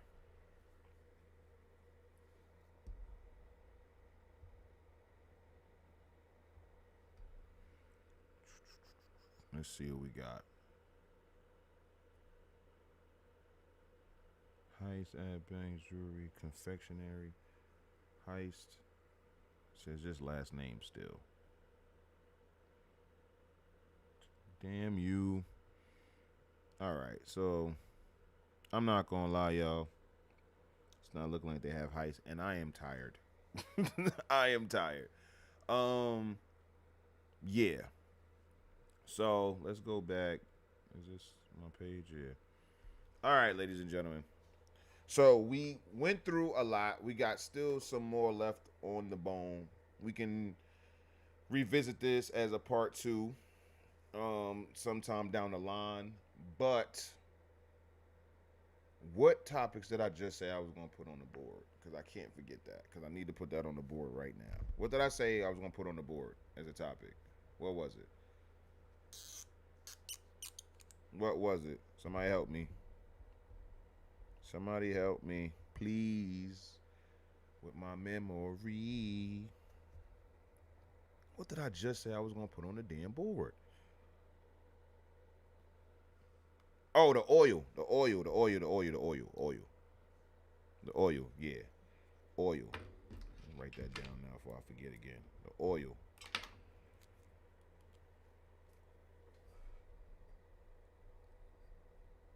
Oil. Okay.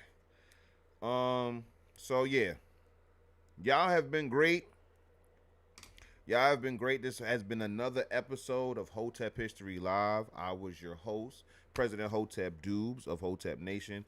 Make sure you guys are following me on all the things, subscribing to all the things. Patreon.com/Hotep History, Kick.com/Hotep History, YouTube.com/at Hotep History, Hotep History on Instagram, Hotep History on TikTok. I will be going. I will be going to the Library of Congress tomorrow. I'm super excited for that. So I gotta be bright eyed and bushy tailed for that. I'm going to be shooting a whole bunch of content out there. I gotta shave and shit like that. Um, so look out for that this week. So you definitely gonna want to subscribe to the Patreon for that. That'll be exclusively on Patreon. What else? What else? What else? What else? What else? The Hotep History Podcast is on Patreon as well. We have another episode coming this Saturday. You do not want to miss. I'm announcing that all week so you guys can understand that the Hotep History Podcast is also here to stay. Thank you everybody who came into the chat today. Cliff, Jason, Memphis, Crystal, everybody that came through. I think Scruggs. I think I see Scruggs? Glasgow for sure. All you guys that continuously come and show the channel so much love and engagement and chopping it up with me. Vincent, of course, my boy Vincent. Can't forget my boy Vincent. Um, Thank you guys again. We will be here um Wednesday when I come back. I should be back I should be back before 8 p.m. If I'm not, I'll let you guys know. So I will be back here more than likely on Wednesday. More than likely on Wednesday. But you will hear from me this week just posting different historical stuff this week. As y'all can see, I'm drawing blanks. I'm tired. I need to go to bed. Thank you guys so much for rocking out with me. As always, you can't have the future without the present, and you can't have the present without the past. And we don't study history to live in the past, but to order our steps in the present so we can positively affect our future.